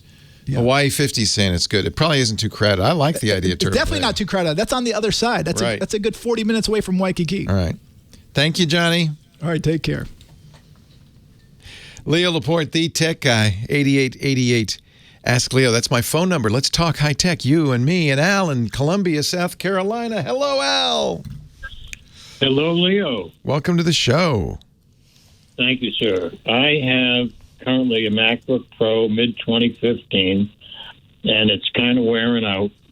I want to buy something new. I'm looking at the Air, and I'd like to have you help me configure that. I think you will be very happy. As we were talking about earlier, all of the new M1 based, this is the new Apple Silicon, all the new M1 based chips. In fact, I even think, although we're not sure, but I'm pretty sure this is true of the new iMacs that Apple just announced. All of those are the same processor, running at the same clock speed with the same capabilities. Maxed out at 16 gigs of RAM, 2 Thunderbolt 2 ports. There's a slight difference in GPU cores. One has 7, one has 8, but otherwise they're very, very similar. The difference between the MacBook Air, for instance, and the MacBook Pro is just that there's a fan in the MacBook Pro. That's the one I got. And there's a little more battery because it's a bigger device. Not much bigger, but enough bigger to give it a little more battery life. What questions do you have? There's not many configurations. Well, one question is the RAM. I'm not a high-end user. I do a lot of photos. I would get, because you cannot upgrade the RAM in any of these, I would get, if you can afford it, I would get 16 gigs. Okay. No, but 8's a little light, even for just light usage. And there's no upgrade. This is it. It's going to be this is going to be this way for the rest of your life. So if I were buying one, let me look at the price differential. It's a couple $100, I think, but you also get more storage, right? That's the one where you get one more GPU core.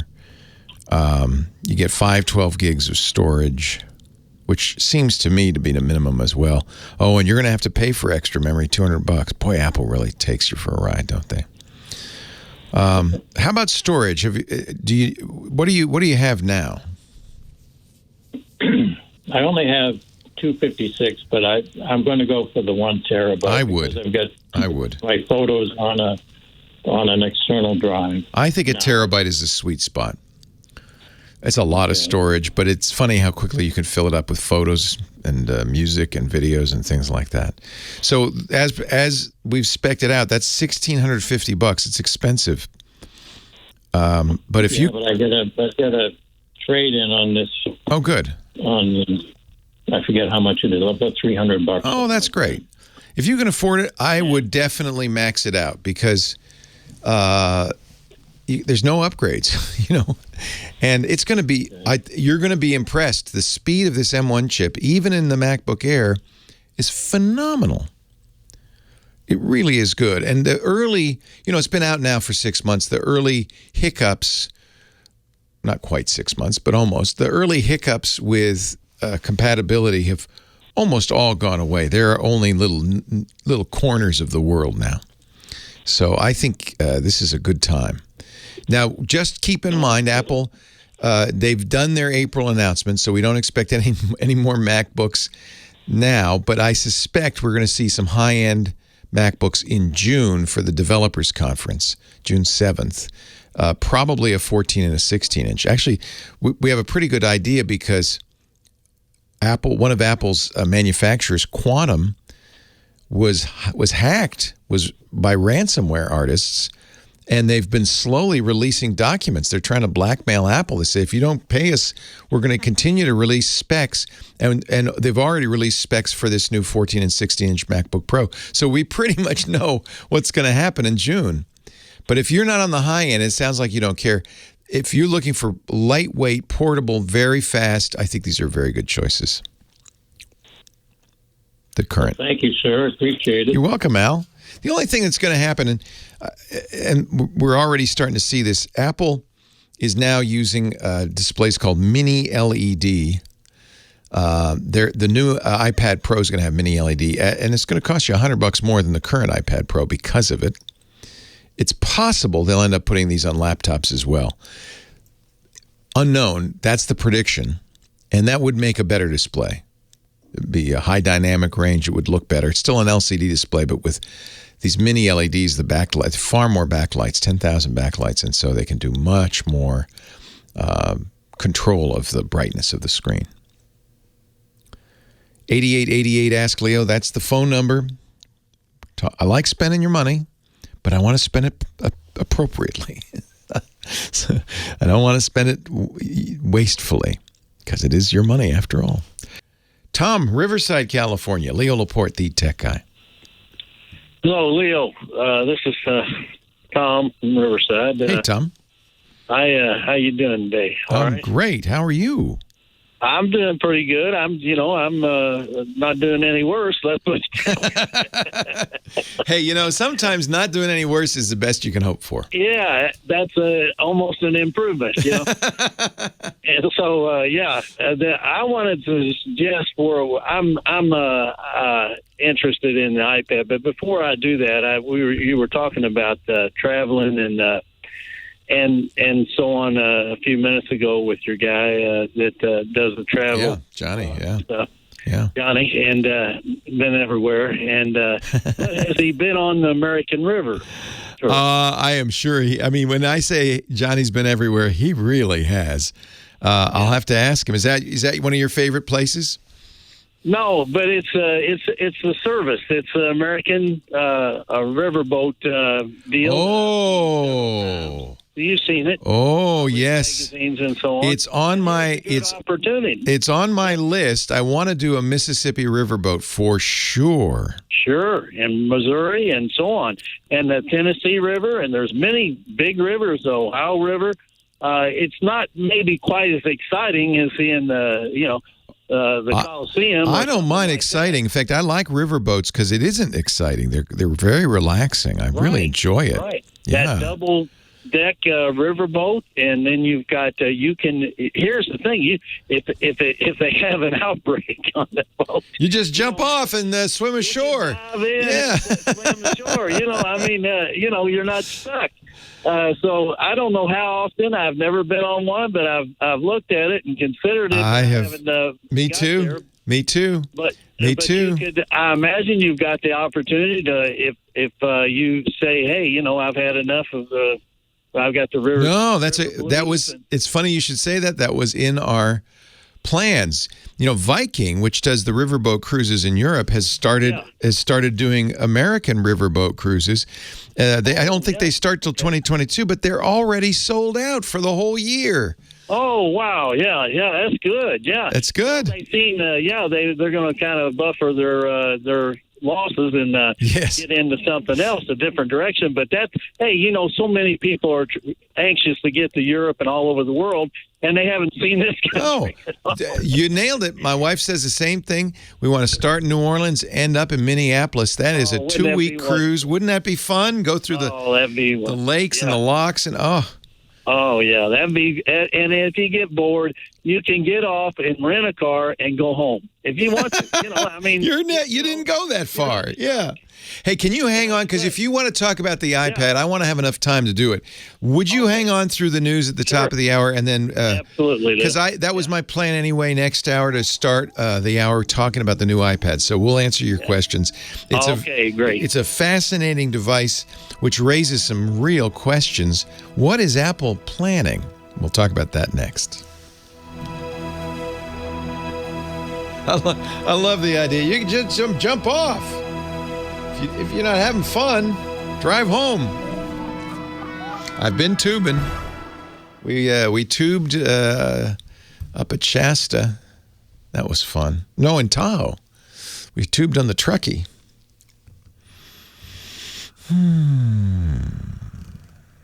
No, they have paddle boats. In fact, the American River Cruises are paddle boats.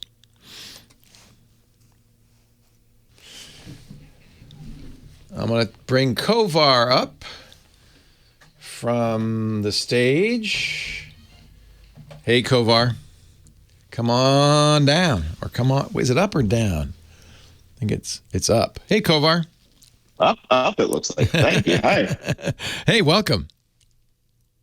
Thank you. I'm loving Club TWiT. So that's nice. Thank you for joining the club, but we appreciate the support. And I have to say the Discord is great. I see Dick DeBartolo just came in.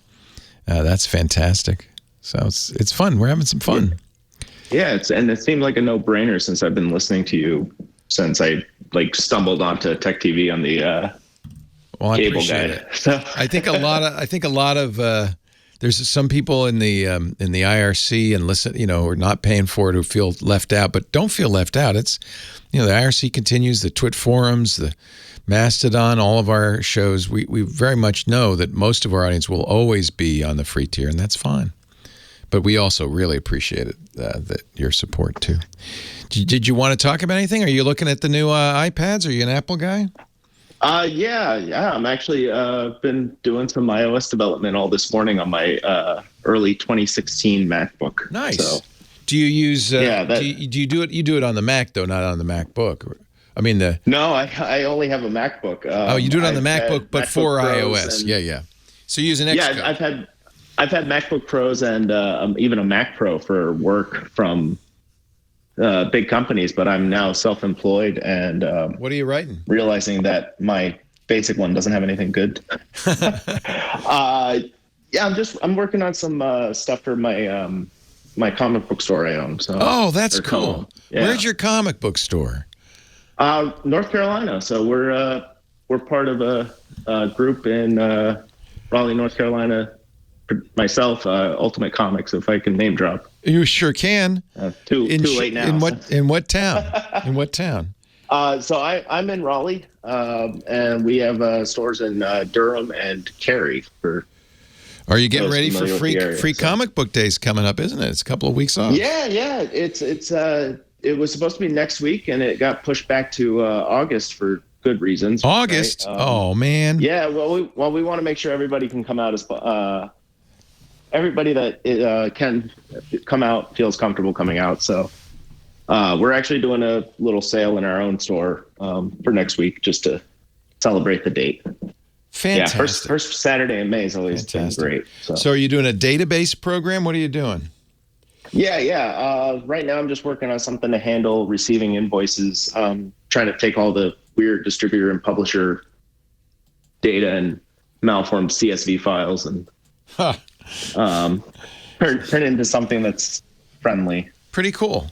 Yeah, actually, it's my question. I was hoping to ask. I bought a Mac Mini Friday after the announcement, and I'm thinking I get a 4K display to go with it, and I'll save myself some money over a fully decked out iMac. Yes. Does that sound like a good plan, or do you? I kind of support that because, as I mentioned, I bought the very expensive iMac Pro, which is, it's a gorgeous 5K screen. It's Xeon processor, but the problem is that the screens have made some advances that you just can't really take advantage of. I ended up using 2 cinema displays with it, but big bezels. It's not quite the same as having one big screen. I just feel like it limits you. And if you can get a Mac Mini and then, use the screen and keyboard and mouse you want, I think, plus it gives you all sorts of opportunities. You might want to get a screen that has multiple inputs so that you could share it with another computer, or you could flip back and forth. There's a lot of things you can do that, having a built-in screen limits you. So I'm lately have come to the opinion that the all-in-ones are great for people who like a living room where you don't want wires, you want something simple and pretty, like these new iMacs. They're more about aesthetics than anything else. But but you're a programmer, I think I would get a mini. And honestly, what I think I'm waiting for is a higher end mini, or this miniature Mac Pro that's been rumored. A little cheese grater, half the size of the current Mac Pro. But that would be pretty nice. Yeah, but my budget's going to be somewhat constrained for a while, so I don't.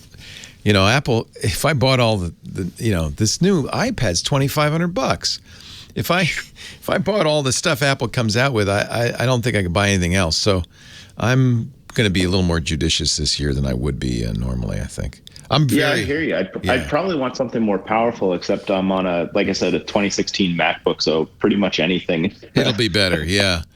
If you can wait till 16 gigs of RAM and a terabyte. If you can wait to WWDC, I would, just to see what they announce. I think those 14 and 16-inch MacBook Pros are going to be really for developers, and I think they're going to be great. But if you just want a desktop, go ahead and get that new M1 Mini. You're going to like it a lot. Xcode works with it. I like my cherry switches. There, you see? You see? That's what I'm talking about. Good keyboard. Very important. The Mini, you just hide it, right? It doesn't, you don't have to it's, I had a little trash can back when I was with my last company, just hiding away in the desk. So I'll just do the same with the Mini. Kovar, it's nice to meet you. One of the things I like about this is we can get to know people a little bit better. It's like I've talked to you before, but I didn't know you had a comic book store. That's awesome. That's great. Yeah, absolutely. And obviously, if any TWiT listeners or hosts or whatnot are in the area, definitely check us out. We'll take care of people. In Raleigh. Research Triangle. What's the name of it again? Ultimate Comics. Ultimate Comics. Thank you. I'm going to move you back to the audience because I got to get back to work here. Thank you. It's nice to meet you. I appreciate the time. Thanks. Kovar. Take care. In our Club TWiT Discord, twit.tv/Club TWiT if you want to know more. Well, hey, how are you today? Leo Laporte here, the Tech Guy, Hour 3 of the Tech Guy Show. Everything we've talked about today on the website, techguylabs.com. techguylabs.com. That's where you'll find the phone number as well, 8888-ASK-LEO, a link to our IRC chat, and the TWiT Podcast Network, where I work during the week producing fine technical podcasts for the real geek in you. Tom is on the line from Riverside. We started last hour, but I wanted to make sure we had enough time to talk about the new iPads. Did you watch Apple's announcement on Tuesday, Tom? I didn't watch it, but I did look a little bit on the internet just to see what it actually came out. I had talked to you a couple in the last month or so, once or twice at least, about the iPad, because that's the way I wanted to go. And the suggestion was just to wait and see. So, well, you waited, and now you've seen. I've waited. There were rumors it'd be a mini. I mean, really, all they did is update the iPad Pro. But boy, what an update! Yeah, it seems like that's what I was going to ask you about, and then you suggested. You mentioned that something about the OLED display, and I think that's something they improved with that mini something. And it's not OLED. It's not OLED like the phones. Apple's always put LCDs in their iPads, but this one is a new LCD technology they call Mini LED. And as Apple was quick to point out, it has 10,000 little bitty LEDs on there. Right. Now, this is only on the 12.9-inch, by the way. The 11-inch, the small one, does not have this. No. And because they have so many mini LEDs, they can have what Scott Wilkinson calls FALD, full array local dimming. And they have, and by the way, this is just a 12.9-inch screen, 2732 by 2048. They have almost 2,600 dimming zones. So it's really every 4 LEDs are a zone, which means they can brighten or dim the backlight on different parts of the screen, giving you a much broader range of dark to light, what they call high dynamic range. That's going to look really good. It has that ProMotion display, which means it can go as high as 120 hertz, but when you don't need it, it won't waste battery doing that. It's a P3 gamut, which means it's full color.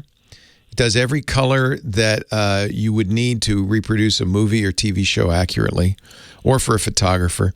It is a beautiful screen, and it comes at a cost. It's $100 more than the identical iPad Pro from last year. I think you mentioned 2,500 a minute ago. Is that what were you referring to? Okay, so the high end. The thing that they've done that really puzzles me, and is puzzling everybody, is they're putting an M1 chip in it. This is the same chip as in their computers, their Macintosh computers.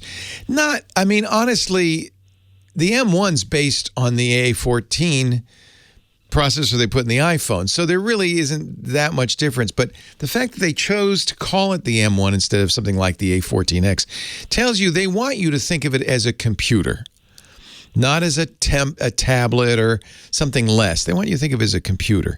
It's going to have up to 16 gigs of RAM. That's never happened before on an iPad. iPads usually have 4, but they start with 2, 4, and sometimes 6 gigs of RAM. 16 is like, what? They just jumped off the chart. So it tells me that they want you anyway, and me, to think of this as a computer. Right. The problem is, it's historically always been the problem with iPads. They don't have programs and operating system to take advantage of it. It's still an iPad operating system, and the apps they don't have as many of the pro apps that you would find on a Macintosh. So is it a computer? Or does Apple maybe intend to put Final Cut, their editing program, and Xcode, their programming language, on this iPad? It certainly could do it with 16 gigs of RAM and an M1 processor. That's the same as in the MacBook Pro or the Mac Mini or the MacBook Air they just released. So we've got a very powerful tablet. It's really hard. Sometimes Apple just does stuff so, as a positioning thing, a marketing thing. Yeah, it's a computer. And they've wanted to because they can, yeah. Yeah, because they can. So the price I was talking about is if you max it out. So if you put 2 terabytes of storage, which is also new. That's what I thought, yeah. If you get the cellular plus the Wi-Fi, so they're offering 5G cellular. Should mention that there's a $200 rebate if you then activate it with one of the big carriers in the U.S. So I'm putting Wi-Fi and cellular in it. And then I'm with the 2 terabytes, I'm getting 16 gigs of RAM. That's $2,399 for an iPad, and that's before you get a keyboard and a trackpad. So it's actually much more expensive than the comparably equipped MacBook Pro or MacBook Air. So that's why I'm saying, what the heck is Apple doing here? Yeah, that's quite a bit, and I like. I'll get it because I can do it because I can right now. But I will have to have cellular. That's the other question was if I do that, and now this is my connection to the world. Basically, I'm not going to have I don't have a computer, desktop, or anything else. That would be it, and maybe an iPhone later, but. What would be the best? You mentioned Starlink. How close are we to that? And is there anything else that is an alternative for a carrier? If you go to Starlink's website, you can pre-order now. It's $500 for the gear and $99 a month. It's pricey. And the speed is not as good probably as if you could get cable internet. It would be faster. They don't have gigabit or anything like it. But you may not. It sounds like you may not be able to. And, of course, if you're in a rural area where you can't, that's really who Starlink is going to be the best for right now. Now, are you in Riverside proper, or where are you? No, I'm actually north of Riverside, but it really isn't going to matter on it because I'm not going to be hooked up to a line link anyway. 5G or even LTE would probably be faster. Certainly would be more economical than Starlink at this point. But remember, Starlink is expected to get faster as Elon continues to launch satellites. They're going towards 12,000 satellites. That will really make a difference in bandwidth. So he says. So what do you think on the timeline? It's hard to say, of course, but I mean, what do you think? He's a year? So Elon's very aggressive. You can't trust a word he says because he likes to. He's a good salesman. He'll surprise you. But I would say a year. Yeah, I'd say probably a year. They won't get all 12,000 up by then, but we're going to see a lot of the potential speed in a year. And my hope is they'll drop the price too, because $99 a month is not a competitive price at all. No, but then if you get the line, if you get all the bundle, you're going to end up spending about that anyway, and you don't have the flexibility of moving around. Right. That you. Oh well, Starlink. You don't. No. Don't kid yourself. The Starlink needs a satellite dish the size of a pizza box. Oh, okay. That is not mobile. You'd be obvious driving around with. Yes. If you were in an RV, okay. You could set it up. You could aim it. You get away with it, yeah. Yeah, but no, it is not a mobile technology. Not yet, anyway. Okay, I was a little. That'll happen too. I believe that'll happen too, but that's down the road. Yeah, it's a big old dish. That's why it's $500 a year. It's much more competes with Exceed. The direct TV, the satellite internet that you've been getting. It's better and probably less expensive in the long run, but it's similar, and certainly in terms of the dish. If I have, I have AT&T. If I have the cellular, just go to them and say, I'm going to activate this iPad. You'll get $200 off the iPad. Yeah. And I think you're going to, if you get good cellular now, they have 5G in your area. You'll be very happy. You'll get 100 megabits or more download. You'll be very happy. You'll be able to watch videos. And boy, Netflix will look great on that screen. Yeah, and I'll do that, and I'll just now on this. Your suggestion, of course, you're a different type of user, but you're going with the 1 teg or 2. I don't. I am real. I don't know. I mean, I'm an average guy. I would never buy this thing. If I were a normal person, I would never buy it. I still may not buy it. I feel like I should, so I can see what Apple's up to. Review it. You don't need 16 gigs and a terabyte unless someday Apple comes out with something that takes advantage of it. Do not. You might want that screen. It's only $100 more, but I think 8 gigs of RAM is plenty. On an iPad, that's more than they've ever had before. That's plenty. Okay. I would not go get the maximum. Let me price out for you just real quickly. I'll price it out for you to give you an idea of what probably I would recommend with the new iPad Pro. I would let's see here. We're gonna get. You want the 12? Yeah. Yeah. You want the biggest, right? Get that big screen. Yeah. Yeah, well, I want to get the Pro because you have to get the Pro to get the advantage. This M1 chip, what you're saying is not. This won't be the end of it. I think the M1 is also in the. I believe the M1. Maybe I'm wrong. I'll have to look, but I believe the M1 is also in the 11-inch. The only difference is the screen. It's the screen. That's what you're paying for. $100 is a bargain. Oh, come on, man! Yeah, well, wait till you hear, because the bargain, if you get a terabyte of storage, is $2,000. That's fine. Let's go down to 512 gigs, and then it's $15.99. So you really pay for that storage. But you're also, and they don't tell you this exactly, but you're getting less RAM as well. I think you're getting 8 gigs of RAM when you do that. Yeah. That's enough. Okay. 512 and 8 gigs, that's enough. If you can afford a little more storage, go ahead. You don't have to go all the way up to $2,400. Yeah, I'm well ahead of what was there before. Oh, it's a powerhouse. And the potential for this, I think, is high. It's not currently not living up to its potential, but clearly Apple's planning something here. I think they really want this to be, for people who want a touch screen, they want it to be a computer. Yeah. That works for me. They're making all the right sounds anyway. Yeah, and I can always nobody's fixed on this as long as you're going to live another. You got more time on this earth, you can change it. These things are insanely overpowered. I've been saying this for the last few iterations of the iPad. They put much more power in it than anybody needs, and this one is even more so over the top. And I keep thinking Apple must have something up their sleeve. They've got to. Because $2,400, and then you buy their $260 keyboard, you're rapidly approaching $3,000. That is expensive for a laptop. So clearly they have to think, this is a laptop. This is the laptop for a generation that wants touch, that likes how iPad software works, doesn't need a file system, doesn't need a command line, any of that stuff you get on a Mac. Just wants an iPad experience with the state-of-the-art hardware at a state-of-the-art price.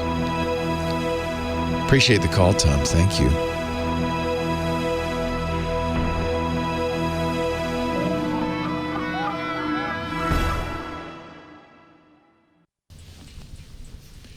Wickawa! Wickawa! Woo! Leo Laporte, the tech guy. 8888 Ask Leo, the phone number. Chris, my favorite coffee fiend on the line from Miami. Hello, Chris. Good afternoon, my friend. Okay, now you see why. Thank you for taking my call. You see why I warned you. You know, I'm going to be honest with you. I'm only in 3 cups easy. I'm not. You're relaxed today. You're relaxed. Yeah, I'm a little relaxed today. Well, I mentioned that to Kim, and you know, she got me in today, and she said, you know, because the fellow that was behind me, the caller behind me, he answered quite a bit of questions, and you know me, I usually do my research and everything. You like to keep it short and sweet. I do. Like your coffee. I do. Yes. Well, I have to because I know a lot of callers like to drag it out, and that's up to them. You know, if they have questions they want to ask you, and I asked Kim, and I said, Kim, she says, you still want to talk to Leo about Beyond the iPad? And I said, if that's okay with you, I'd like to have that to talk to you. No, this is the topic of the day for sure. Okay. What can I answer for you? Well, I know that, as you know, we waited. So we have the Air 2, and it's not the Air from 2020. It's the one that's before, but it's still going. It's strong. It works super well for us. But looking at the iPad Pro 11, I think that's going to be pretty easy. Maybe 256, maybe 512. I think 512 is probably pushing it a little bit. I'm going to finance it on the Apple Card. And Magic Keyboard, I think down the line, folio case. I would hold off on the Apple Magic Keyboard because it's so expensive. And my experience with it has been less than great. And Logitech makes their new Combi keyboard that is less expensive and I think has some features that make it maybe preferable. Okay, I'll look into it. Look at the Combi from, or Combo from Logitech for iPad. And it's more of a case for one thing. And it has a function row key, which I really like. So I would look at the Combo Touch, I guess they call it. Okay, that would be a good idea. I'm going to do the Wi-Fi plus cellular, space gray. Okay. And get the Apple Care on that. So that's... Are you getting the 11 or the 12? You know, I'm really looking at the 11. I just don't think I need, half of Seattle on my desk. I know what you mean. Half of Seattle. Although the coffee is good there. Yeah, well, it really is. I mean, it's not as good as what I have my hands on, but it is a full cup over there. But that's a big piece of glass when you look at the 12.9. It is 13 inches. I have the 12.9. I have last year's 12.9, and I'm a fan. Yep. But it is big. It's a laptop, basically, especially when you put the keyboard on it. So 11 inches, my friend Micah, who I used to do the iOS Today show with, he likes the 11. He just says 12's too big. It is big. It's giant. It is big. Yeah. Yeah. It's a pizza box. And I do watch Micah Sargent a lot on the iOS. Isn't he great? And we missed having you on the show. He's a 10-star. That's a 6-cup easy right there.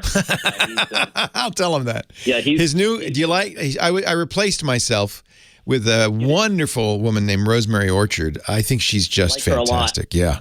Yes, yeah, she's terrific. We're talking about our podcast, which is called iOS Today. The TWiT.tv. The UK. I think she's from the UK, isn't she? She is. Yeah. Yeah. She's from I think Oxford. I can't remember, but yeah. Yeah, she's pretty terrific. But I wanted to let you know that I'm going to be jumping on that club twit of yours. I got to say, you and Miss Lisa, I know she's into her coffee, but when I saw that, I just had to have 2 more cups because that is just absolutely perfect. I've been watching so much more of everything that you folks are doing at TWiT lately. I'm going to support you. I'm going to be on. I'm going to jump in. I'm going to get on board. You, but Chris. That is just absolutely not required. We're still offering all the podcasts free, but this is a trend you're seeing everywhere. You're seeing a lot of well-known bloggers, people like Casey Newton and one of the founders of Vox, moving to paid newsletters because why not do it that way. And I think that's, in some ways, I think that's the wave of the future. Instead of working for the man, becoming the man yourself. Leo Laporte, the tech guy.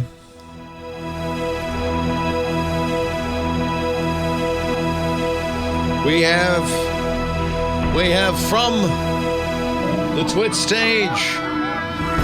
We're going to invite some people up onto the TWiT stage because there are some lovely people in the Discord chat. Hello, Joe. Hi, Leo. How are you? I'm great. Welcome. And I'll also say hi to John O or John Zero. I don't know how you pronounce it. Hey. Good day. Hey, it's Cyril. Cyril, welcome. I've been meaning to talk to you from Monday. Remember that? Oh, I remember that, and I talked to Joe on Monday too. Let me start with you, Joe. What did you want to know? Yeah, I mean, just real quick, just a quick comment on the iPads. Yes. I think where Apple's going with this is they're essentially telling people, don't worry about getting one device versus the other because of the processor, because of the specs. Pick the experience that you want. That's a good way to think of it. Yes. You're not, before you would get the MacBook Air versus the Pro because it had a weaker processor, right. But it was thin and light. Now they're all the same. They're all the same. Right. It's like the iPhone, right? No one says I'm getting the 12 Pro Max over the 12 mini because it has a faster processor, right? You pick it because of the experience. You want a bigger screen. You want a better camera. So you worry about the features and not necessarily about some of the core specs. I think that's a very good point, Joe. But do you think, they are a little overpowered for what iPad OS is capable of. What do you think Apple's plans are? Well, I think overpowered, I think that depends on what you do, right? If you're in Lightroom opening up, these huge raw files, like 50 megapixel raw files, then you might not necessarily feel that it's overpowered. And, apps like LumaFusion do let you export, in 4K, HDR. True. So as we see more Pro apps, and those you quoted two that are not from Apple, but are Pro apps and have been redesigned for the iPad. Photoshop's the same way. I would love to see Apple put Xcode on there. Then it's a computer. Then, okay, got it. Now you can do anything. I still like having a command line. I kind of prefer the Mac OS experience, but that's to your point. Right. You pick the experience. Do you want touch? You're not going to get. Yeah. You want touch. Or do you want a built-in keyboard and a screen in Mac OS? Then you pick the laptop. Good point. Real quick, I heard you recommend the the Logitech Combo Touch as an alternative. Yeah. I have it.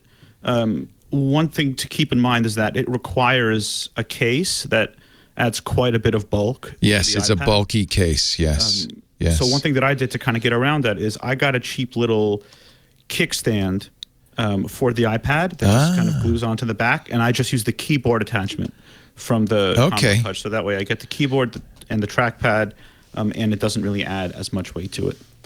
Did you try the Magic Keyboard? Because I have to say, my Magic Keyboard, the keys are gunked up. It's got many of the flaws of the Butterfly keyboards, and I feel like it's not a great keyboard. Is the Logitech a good keyboard?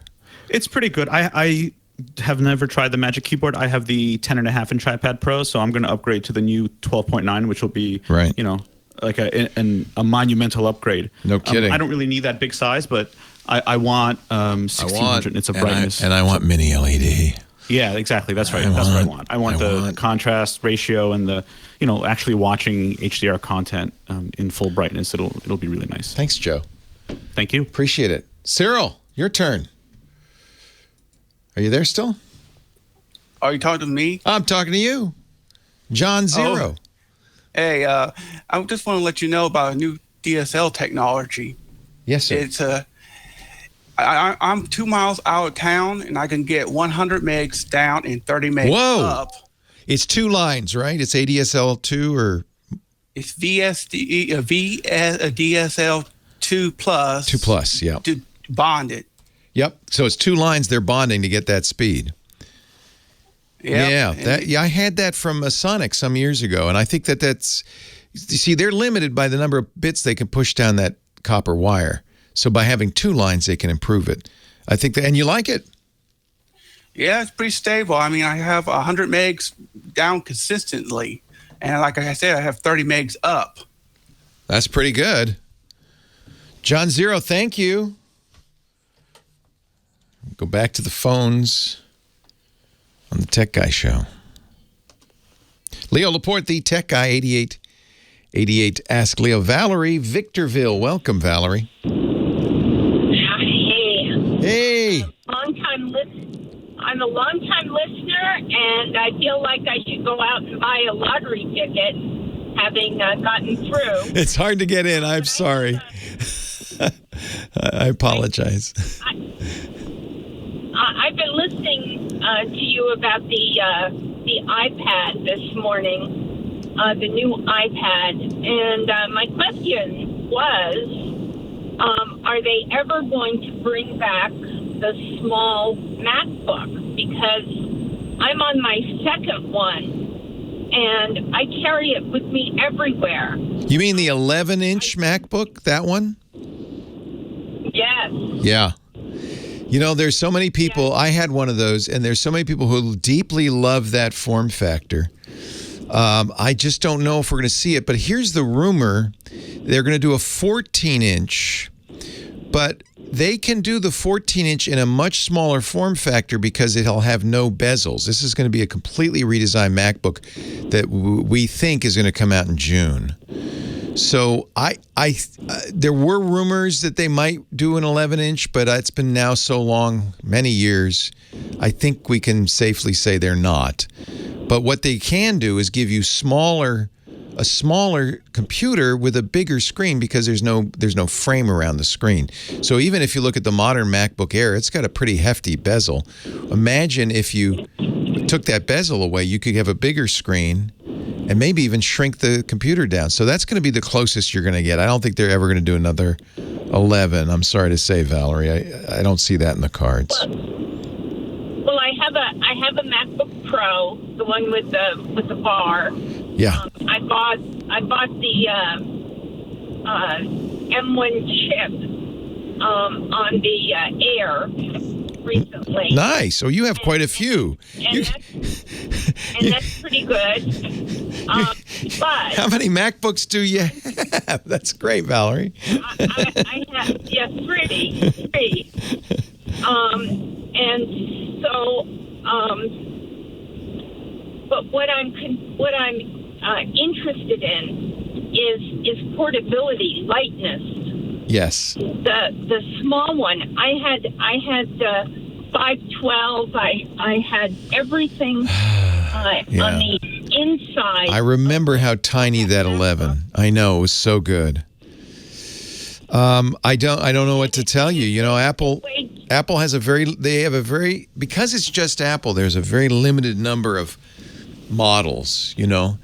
On the Windows side, you can get any shape, size, form factor you want, but that's because there's thousands of manufacturers, and with only Apple, they have to decide what they're going to make. Yeah, I think that's a limitation, unfortunately.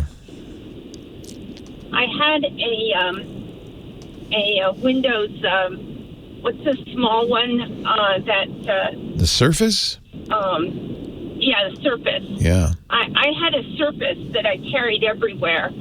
And then I completely switched to Mac, and that was quite a few years ago. And you never have looked back. So I never have. No, I really haven't. Yeah.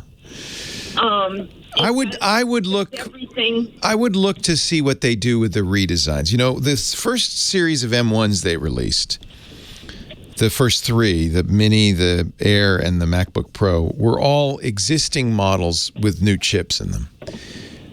Now these new iMacs, they're now new design, right? Designed for the M1. And I think that's what we're going to see in June. In fact, I know because, as I mentioned earlier, Apple's supplier Quantum, who builds these, was hacked. And the hackers have been releasing the plans for the new iMacs or the new MacBooks. So we now know exactly what they're going to release. I'll have to look at the specs for this 14. But my guess is it won't be much bigger than your current MacBook Air. It could even be smaller. It could be a lot closer to that 11-inch because of no bezels. And by the way, they're getting rid of the touch bar, which I'm saying hallelujah, because I don't think that thing worked that well. I never really used that. Yeah. I never really used that on my MacBook Pro. No, I don't miss it on any of my machines, I have to say. And I'm not too interested in a touch screen. Yeah. I'm just word processing on Word, Excel. Those are what I use every day, all day long, wherever I am. Well, I'm holding out hope for you that they'll make a small MacBook. Do you remember when they released the MacBook Air that Steve Jobs had it? And this is how long ago it was, because Steve's been dead for more than 10 years now. He had it in a manila envelope and pulled it out, and everybody gasped. And you know what happened, which is the entire PC industry copied it. Intel said, we're calling it the Ultrabook. It was a copy. And even today, Microsoft sells the Surface laptop, which is a virtual copy of the MacBook Air. It was so successful. It's still the best-selling Mac of all time. Because people like you, they want thin and light. And I just think this M1 chip, I don't know, do you like the new M1 chip? Do you notice a difference in speed? I actually think it's somewhat slower. Really? My MacBook Air, doesn't, when I open the case, it doesn't light up. It doesn't do the Eddie Q light or the Craig Federighi light up? Oh man. No. I'm sorry. Mine does. I wonder if there's... But I don't have any other problems with it. Right. And I don't think that's a problem. I do notice that it's a little bit slower. Yeah. And you might have a lot of Intel programs that it has to start up using its Intel emulator on the new MacBook M1. If you use, my experience anyway has been, if you use all M1 processor compatible programs, and more of those are coming out all the time, almost all of them are, it is much quicker than any Mac, including, by the way, my $7,000 iMac Pro. So I really think this new M1 chip is amazing. So the hacker group R Evil is blackmailing Quanta, the Apple supplier, they want $50 million not to release these technical documents. And I'm just looking to see, these two I think will be coming out in June. The J314, which is a 14-inch, and J316. MagSafe is back. There's an HDMI port and an SD card port slot for your card reader, and no more touch bar. Thank goodness. That thing was nutty. I'm looking, though, to see if we have measurements for the size of the 14, because that's really, it's not the screen size you liked, it's the size of the laptop itself. And with small, and remember, on the 11-inch, there were giant borders all the way around that thing. It had a big, we call those the bezels. We had big bezels.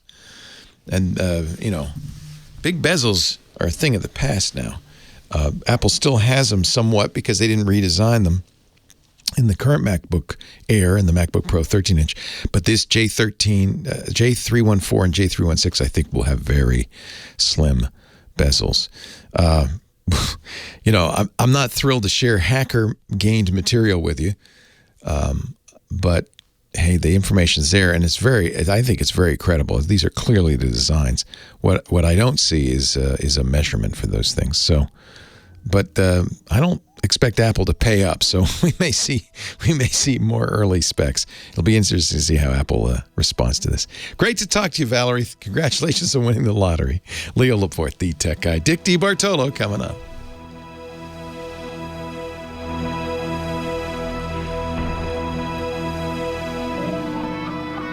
Yeah. That's an interesting question. Could you be prosecuted for sharing this stuff? I don't know. Wow. Leo Laporte, the tech guy. It's disco time. Everybody get out on the floor. Time to dance along with our gizmo wizard, Dick DeBartolo. We call him the GizWiz. Hello, GizWiz. Leo, how are you doing? I am great. Mad Magazine's maddest writer for 5 decades. I don't know why I'm telling you that. And counting. And still counting. Still counting. Still writing stuff for Mad Magazine. That's pretty awesome. I thought they went away. They're still gathering stuff. They're gathering old stuff. Gathering old stuff. Okay. Gathering old stuff. But it's still available. Nice. So every week, Dick joins us to share a gizmo or a gadget that he has found. What do you have? Now, Leo, I rarely talk about a speaker on this show. And I know you and Scott have these, incredible speakers. So there was a Showstoppers virtual event 2 weeks ago. And virtually I met Tom Hanaher, who is CEO of a company called ZoVox. That kind of sounds like a Mad Magazine name. What? Hanaher? Hanaher? Yes. What? He's at ZoVox. Okay. At ZoVox. Okay. So they manufacture speakers that clear up dialogue. Do you know about that? No, but this will be very popular because that is one of the most common questions I get. You know what? This is really, and it's very funny because he's an older guy, and so we had a great chat. It's mostly us older guys who can't hear the dialogue on TV these days. Yes, and I said, Tom, when I say I like old movies, I'm not talking about something 2 years ago. I'm talking about spending hours a week on YouTube watching murder mystery movies from the 1940s and 50s. Yeah. He said, Dick, let me send you one of these. Anybody can have a 30-day trial. So this is really great. And I didn't realize they actually make hearing aids. And he said no one thought about taking the technology in a hearing aid. Interesting. And putting it into a speaker system. And they make 2 different versions. They make one that the retail is $299, except he said, Dick, we arrange it so that some point, no matter when you want to buy it, you can get it for $199.99. So right now it's on Amazon for $199.99. If it goes up there, you go to their website. So it's a little guy. It's only 17 inches by, 3 inches by 4 inches.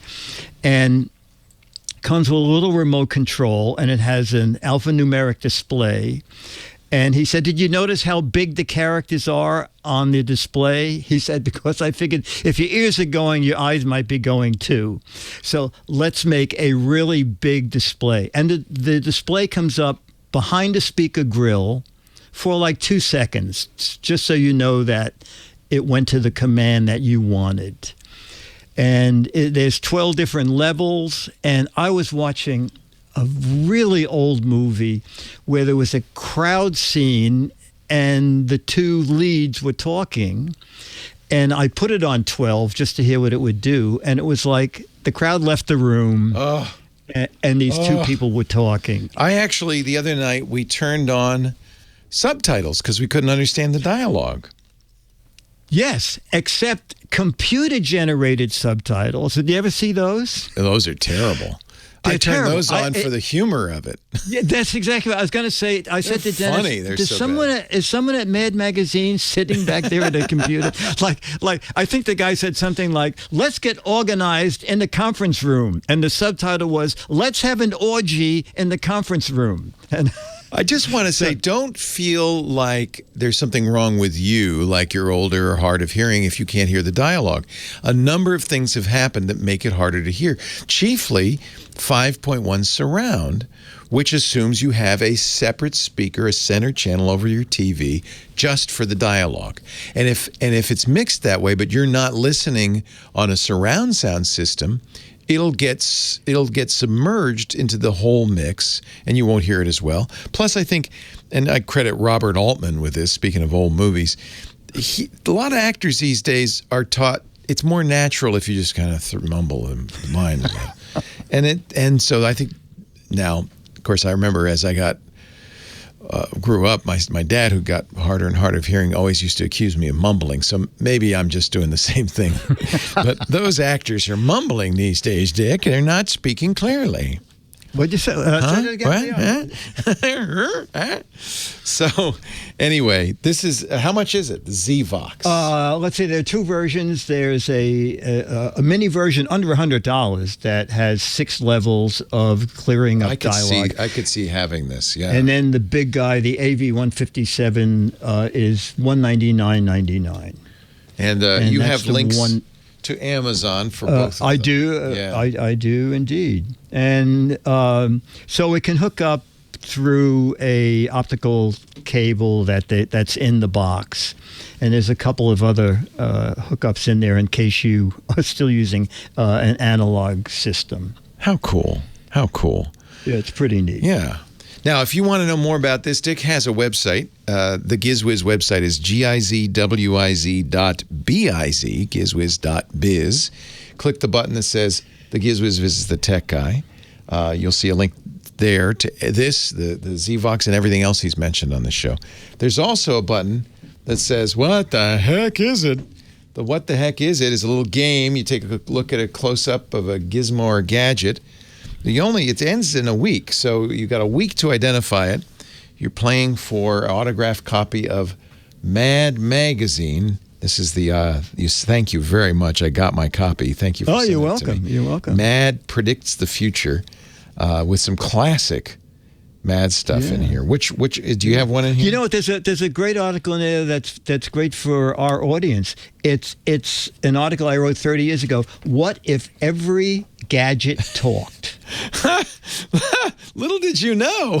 No, that it's a person going out in the refrigerator saying, "Get milk and eggs. You need milk and eggs." There's also the classic "Bleak to the Future" is in here. I read that. Oh, that's a good one.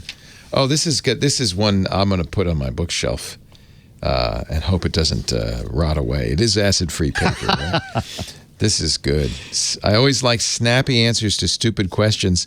This is the year 2038 edition. So when did it come out? It probably that's probably like 50 years hence when they wrote that. At the beginning of each article, they started putting what mad it was from in the year because people were always asking that. Yeah. So it's kind of fun because subscribers now are saying, "Oh, this is working out okay. I love seeing old stuff I forgot. I do too, and I love seeing old stuff that I." You know who it's not working out for is the people who wrote the old stuff. Yeah, exactly. Who aren't writing any new stuff. That's because Mad's not buying it. What it will be like when every device talks. Here's a scale saying a rather heavy person's getting on it. Come on, folks, one at a time. GizWiz.biz. Play the What the Heck Is It contest. You have a few more days to identify that gizmo or gadget. Dick's also has a great podcast, The GizWiz. It's called, who knew, with Chad Johnson. You'll find that at GizWiz.tv. Thank you, Dickie D. Thank you, buddy. I'll see you next week. Have a wonderful week. I'll see you in Twit Club. You'll see me in Club Twit. Club Twit. Yes. Thanks to Lady Laura, our musical director, for some great songs today. Thanks to Kim Schaffer, our phone angel, for putting you on the air. Thanks to you for calling. Thanks to all of you for listening. I'm Leo Laporte, the Tech Guy. Have a great Geek Week. Well, that's it for the Tech Guy Show for today. Thank you so much for being here. And don't forget, TWiT, TWiT. It stands for This Week in Tech, and you'll find it at twit.tv, including the podcasts for this show. We talk about Windows on Windows Weekly, Macintosh on MacBreak Weekly, iPads, iPhones, Apple Watches on iOS Today, security on Security Now. I mean, I can go on and on and on. And, of course, the big show every Sunday afternoon, This Week in Tech. You'll find it all at twit.tv. And I'll be back next week with another great Tech Guys show. Thanks for joining me. We'll see you next time.